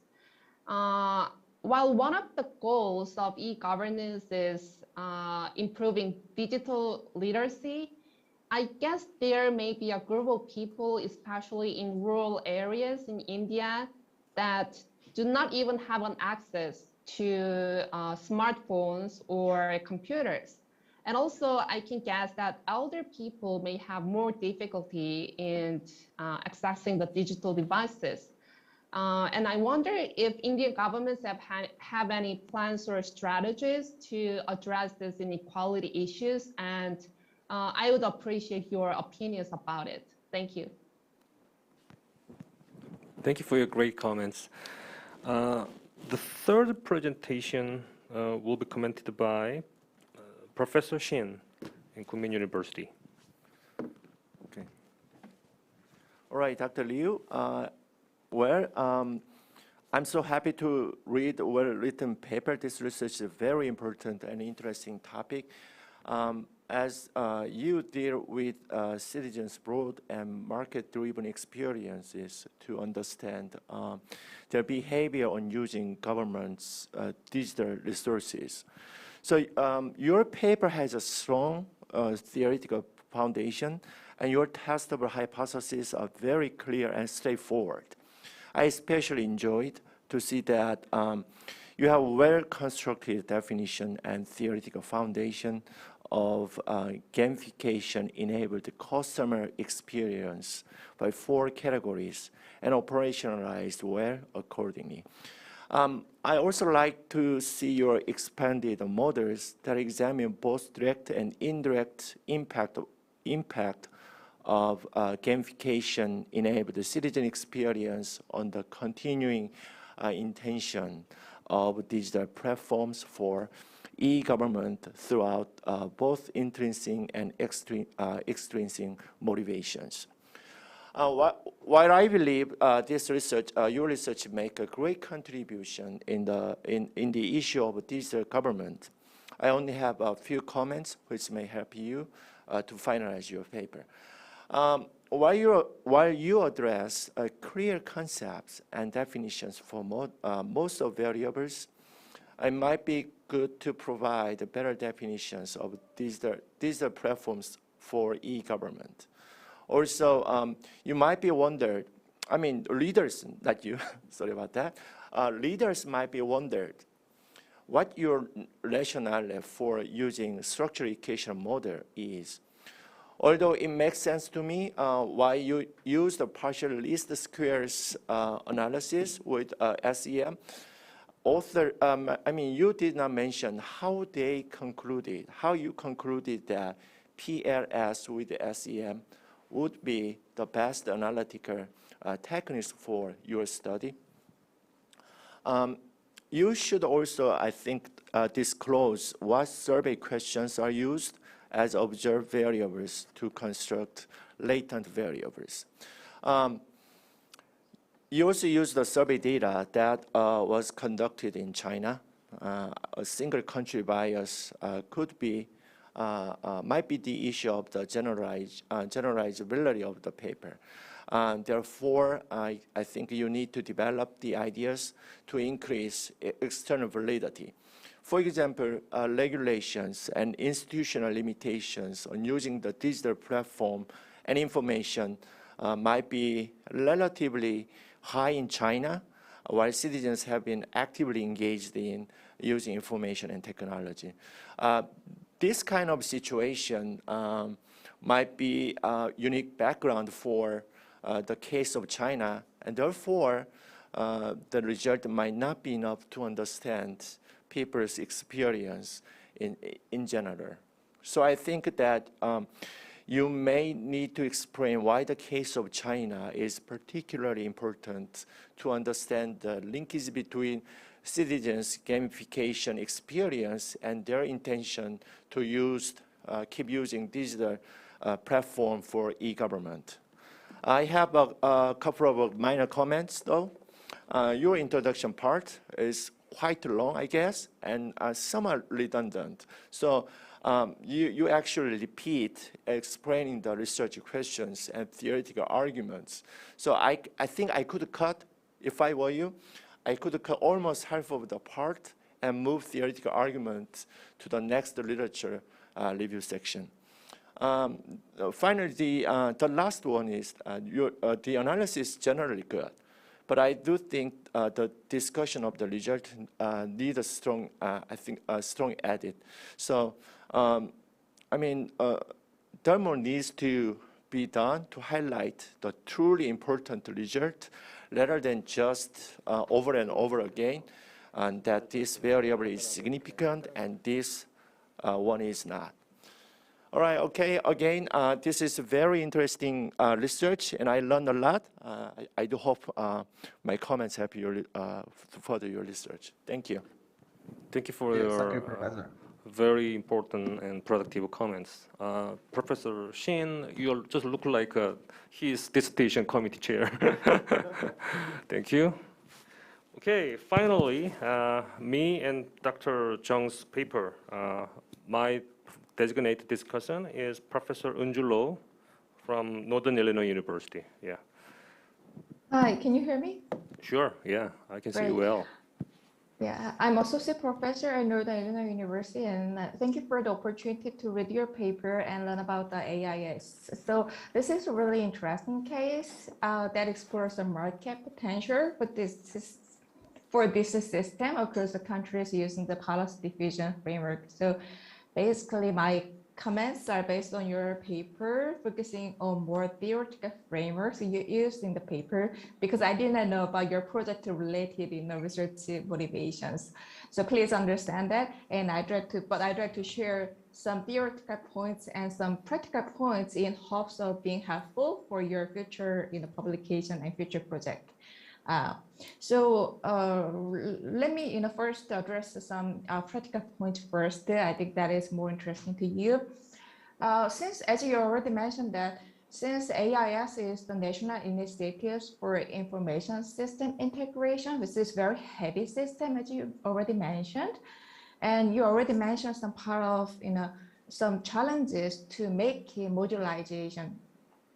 So regarding that, I also consider some kind of difficulties of the recipient countries, because they have a different level of competencies and capabilities. So considering that the information system integration requires more systemic capabilities of the recipients countries from the design to implementation stages. So when you're creating the marketing strategy, it would be helpful to have some kind of different strategic, standpoint for different level of, kind of capabilities or the competencies of the recipient countries. Regarding that, building permits are managed in the United States. Building permits are mainly managed by the local governments, but AIS is a national initiative. So I wonder how the national initiatives like a Korean system can be adopted by the countries where local governments or local permit issuing jurisdictions manage the building permits. So you may consider how such a national level initiatives can be applied into the local level initiatives in different countries in different contexts. You may consider some kind of the cultural differences or some historical differences of the countries as well. So these are my major practical points for your marketization strategy. Another line of comments is more about the theories, because I thought this is a research paper at the beginning. So I'd like to begin with some questions about your research and researcher rationale on policy diffusion. So your revised version of your title is a policy diffusion model. So I'd like to ask you, why do we need to consider international policy diffusion of AIS, which is the kind of, a major standing point for the research question. So according to the policy diffusion literature, as we all know, the mechanisms of policy diffusion include the competitions, learning mechanisms, imitation, and coercion. Particularly, as you already mentioned, that the learning mechanisms, governments tend to adopt the policies found to be effective elsewhere. So which means policy effectiveness will be an important factor as the potential for the future policy diffusion, right? Then I wonder if AIS in South Korea has enough evidence for policy effectiveness. So I apologize for my lack of expertise in this particular system. So I searched for some background information about AIS in South Korea. It was first established in 2008, and it was recently renovated to the cloud-based information system as a part of the efforts to correct the system errors. So, and such a transition is still undergoing. So it is from 2019 through now as well. So I wonder if AIS, this is a cloud-based information system, has enough evidence for policy effectiveness for policy diffusion. Another policy diffusion mechanisms will be imitation, as you mentioned. And imitation is the copying of another countries or another governments policies without concerns about their policy effects. So which means, they just adopt the AIS because the Korean governments just do that, or just to keep up with other UN PSA award winners do. So if so, past policy diffusion cases in South Korea, particularly e-government systems that have been adopted by other countries through the imitation mechanisms will be good anticipatory factors for the future AIS policy diffusion. So in addition to the pros and cons of AI as a system, if you have some studies about the general e-government systems, some successful policy adoption cases of the Korean e-government systems in other countries, then you can have some kind of arguments about the imitation mechanisms for policy diffusion of the future AIS system as well. So in this regard, I would like to ask you why this case is suitable for assessing the potential for the international policy diffusion of this system. And regarding that, in your paper, as you mentioned, that you have three theoretical frameworks, including the information system integration model and policy diffusion model, and 7 types of best practice benchmarkings. But those three theoretical models in your literature review have not a kind of coherent linkages with your actual analysis in the paper. So I wonder how these 3 frameworks are integrated into the case analysis criteria, which is the UNSPA criteria. So it'll be helpful for audiences and readers if you clarify your theoretical linkages among these 3 models, as well as your case analysis in the criteria. So it may be helpful to narrow down one focal research model and then analyze your case based on it. So you had UNSPA criteria as a major framework to analyze the AIS case in South Korea. So you may just focus on the best practice or the UNSPA criteria as a major theoretical frameworks. Then it will make us have a less confused about your research rationale and research theoretical foundations. So yeah, this is a really interesting case study. So and I expect I'm looking forward to see some kind of marketing strategies for your project and for this AIS system in the future for other countries as well. Thank you. Thank you, Dr. Loh. This is the first experience, actually. I'm presenting and you are discussing. Okay. We will see you again. And we don't have much problem, actually. We are now just finished, but I think I will take 5 minutes for the comment back. So the first presenter, you are comment back to the first discussant.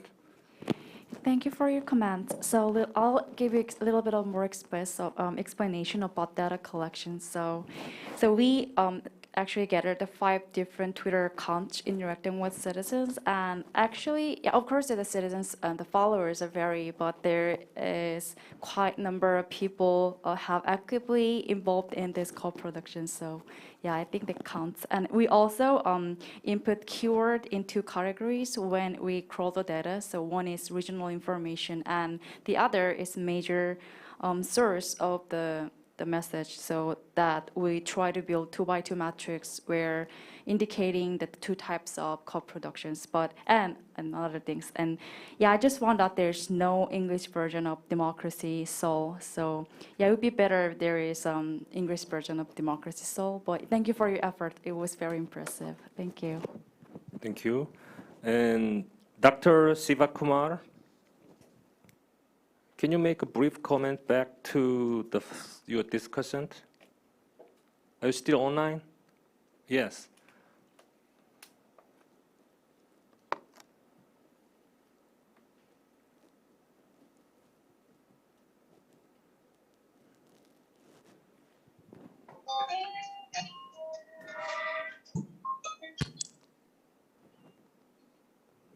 Really, could you hear me, sir? I can hear you. Could you hear me, sir? Yes, sir. Yeah, go ahead. Really, discussant has wonderfully narrated my paper from introduction to conclusion. My discussant really touched upon important features of digital governance in India, and also the core point, that is linkage between government and citizen, and the main pillars, main aim of digital governance. All these aspects covered by discussant. I really am very thankful to my discussant Jensal Park. Thank you, Anand. Thank you. Thank you, Dr. Sivakumar. And third presenter, Runja Liu. Can you make a comment back?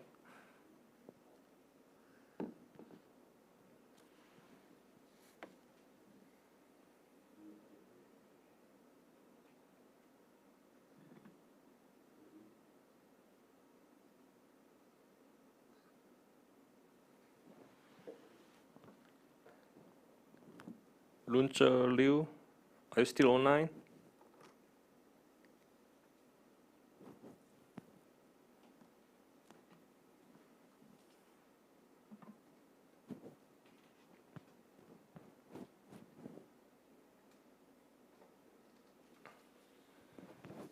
Okay, actually I cannot control the screen. This is a big vision here in front of me, and then back is the screen, so I'm waiting the controllers. 없어요? He's not online. Okay. Okay. I'm sending my comment back to Dr. Low by KakaoTalk maybe later. Okay. Yeah. Thank you for your participation and attention. This is very good and very productive and very insightful session about digital governance. Okay, health is most important. So I wish you your health and I wish you safe. And thank you for your attention. This is almost close to an end to this conference. Actually, this is the final day, third day, and this is 2:30 p.m. So I think 4 p.m. and 5 p.m. will be closed this conference. So we are now closing. Okay, thank you. Thank you for your participation again. Yeah, I appreciate it. Have a nice day. Bye.